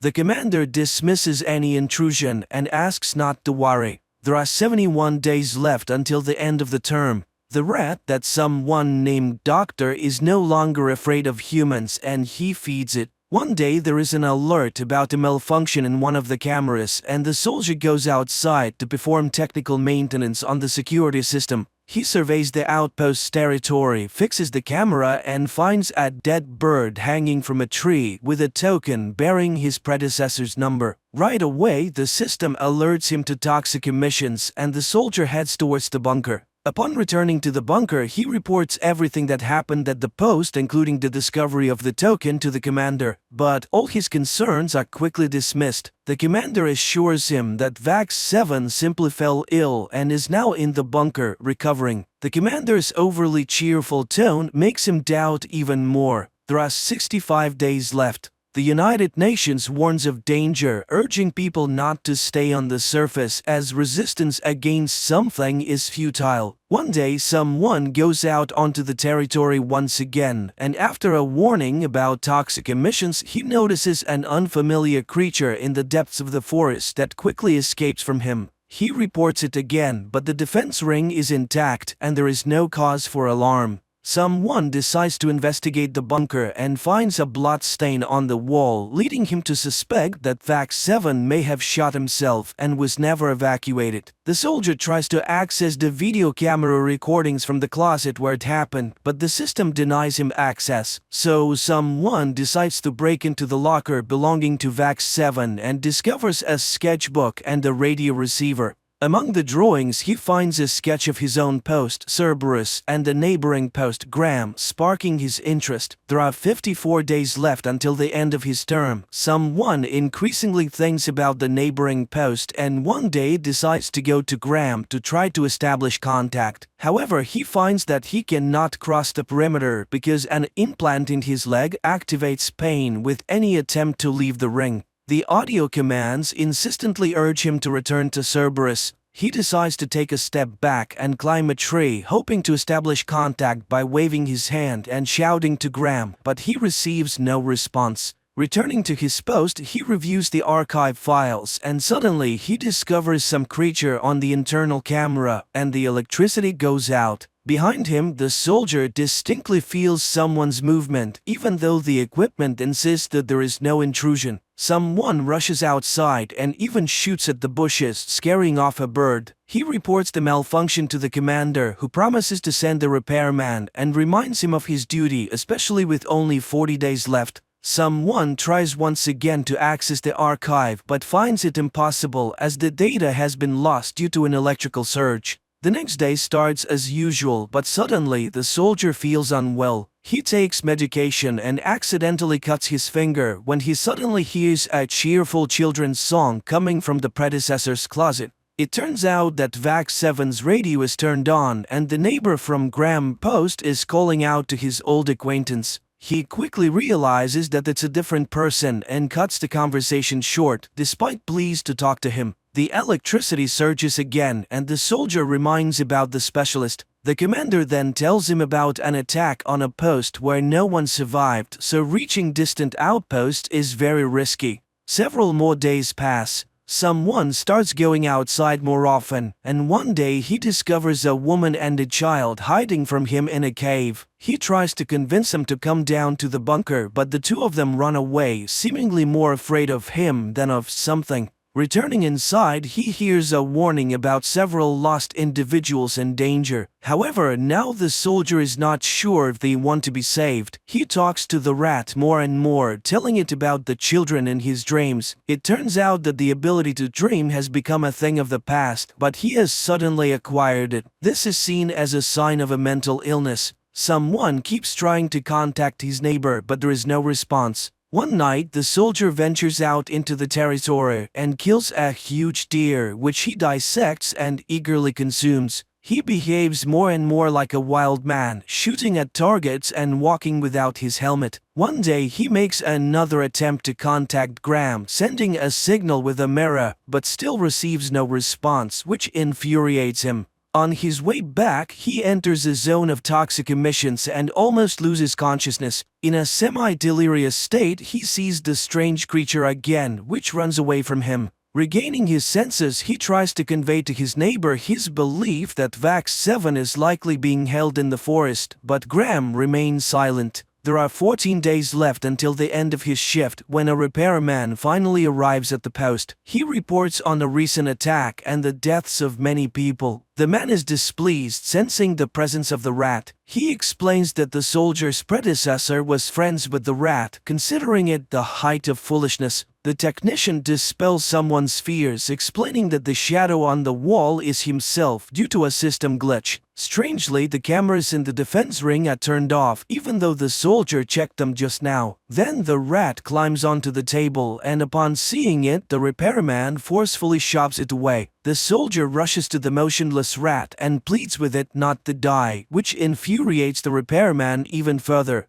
The soldier aims his gun at the repairman, ordering him to disable the internal camera and unlock the archive video recordings. The repairman refuses and someone hits him. However, he still can't do anything because the access requires the personal codes of 2 guards. A fight erupts between the 2 men. Someone sustains several injuries but eventually emerges victorious. Afterward, the repairman shares his experience of encountering something. When he was a soldier, his helicopter crashed in the desert. Of all the survivors, only he and his partner remained. The repairman went for help, and when he returned, he found the second soldier without ears. It turns out that something affects people through sound, and the guy cut off his own ears to avoid hearing the horrifying noise. During a sandstorm, they saw a huge shadow circling around them, but they never understood what it was. When he was eventually found, his lungs were filled with sand, and he had an unexplained catheter in his throat. The soldier locks the repairman in the bunker, tends to his wounds, and reports to the commander that everything is in order. Afterward, he figures out that he can access his predecessor's information through his radio. Finally, he manages to open the archive footage, which makes it clear that Vax 7 did indeed go insane due to exhaustion and stress. Someone shares this information with his neighbor. The soldier is overwhelmed with conspiracy theories. He is convinced that the leadership is deceiving the common people by inventing something, as no one has actually seen it. The mission to send people on the ground is a ploy to restrict the consumption of dwindling natural resources while the rich and powerful enjoy the leftovers. He requests a meeting with his neighbor, who reluctantly agrees. There are 7 days left when, upon hearing another system announcement about something attacking, someone flies into a rage and smashes the alarm with the jar into which the rat has just climbed. Realizing that he killed his own friend, he walks outside naked and once again encounters the monstrous creature. Extracting a pair of deer antlers from a tree, he mortally wounds the monster, only to recognize Vax 7 by a tattoo on his neck. He returns to release the repairman and tells him about the conspiracy, convinced that it was his predecessor's tales that drove him mad. But no one will deceive someone anymore because he's no longer afraid. The soldier demands to know where the power can be cut off because he intends to save the people by disabling the defense lines. The repairman is horrified. He will doom humanity, but he obeys the madman. Someone contacts his neighbor and informs him of his decision that he is coming to him. It's time to put an end to the madness that keeps people on the ground and make them free.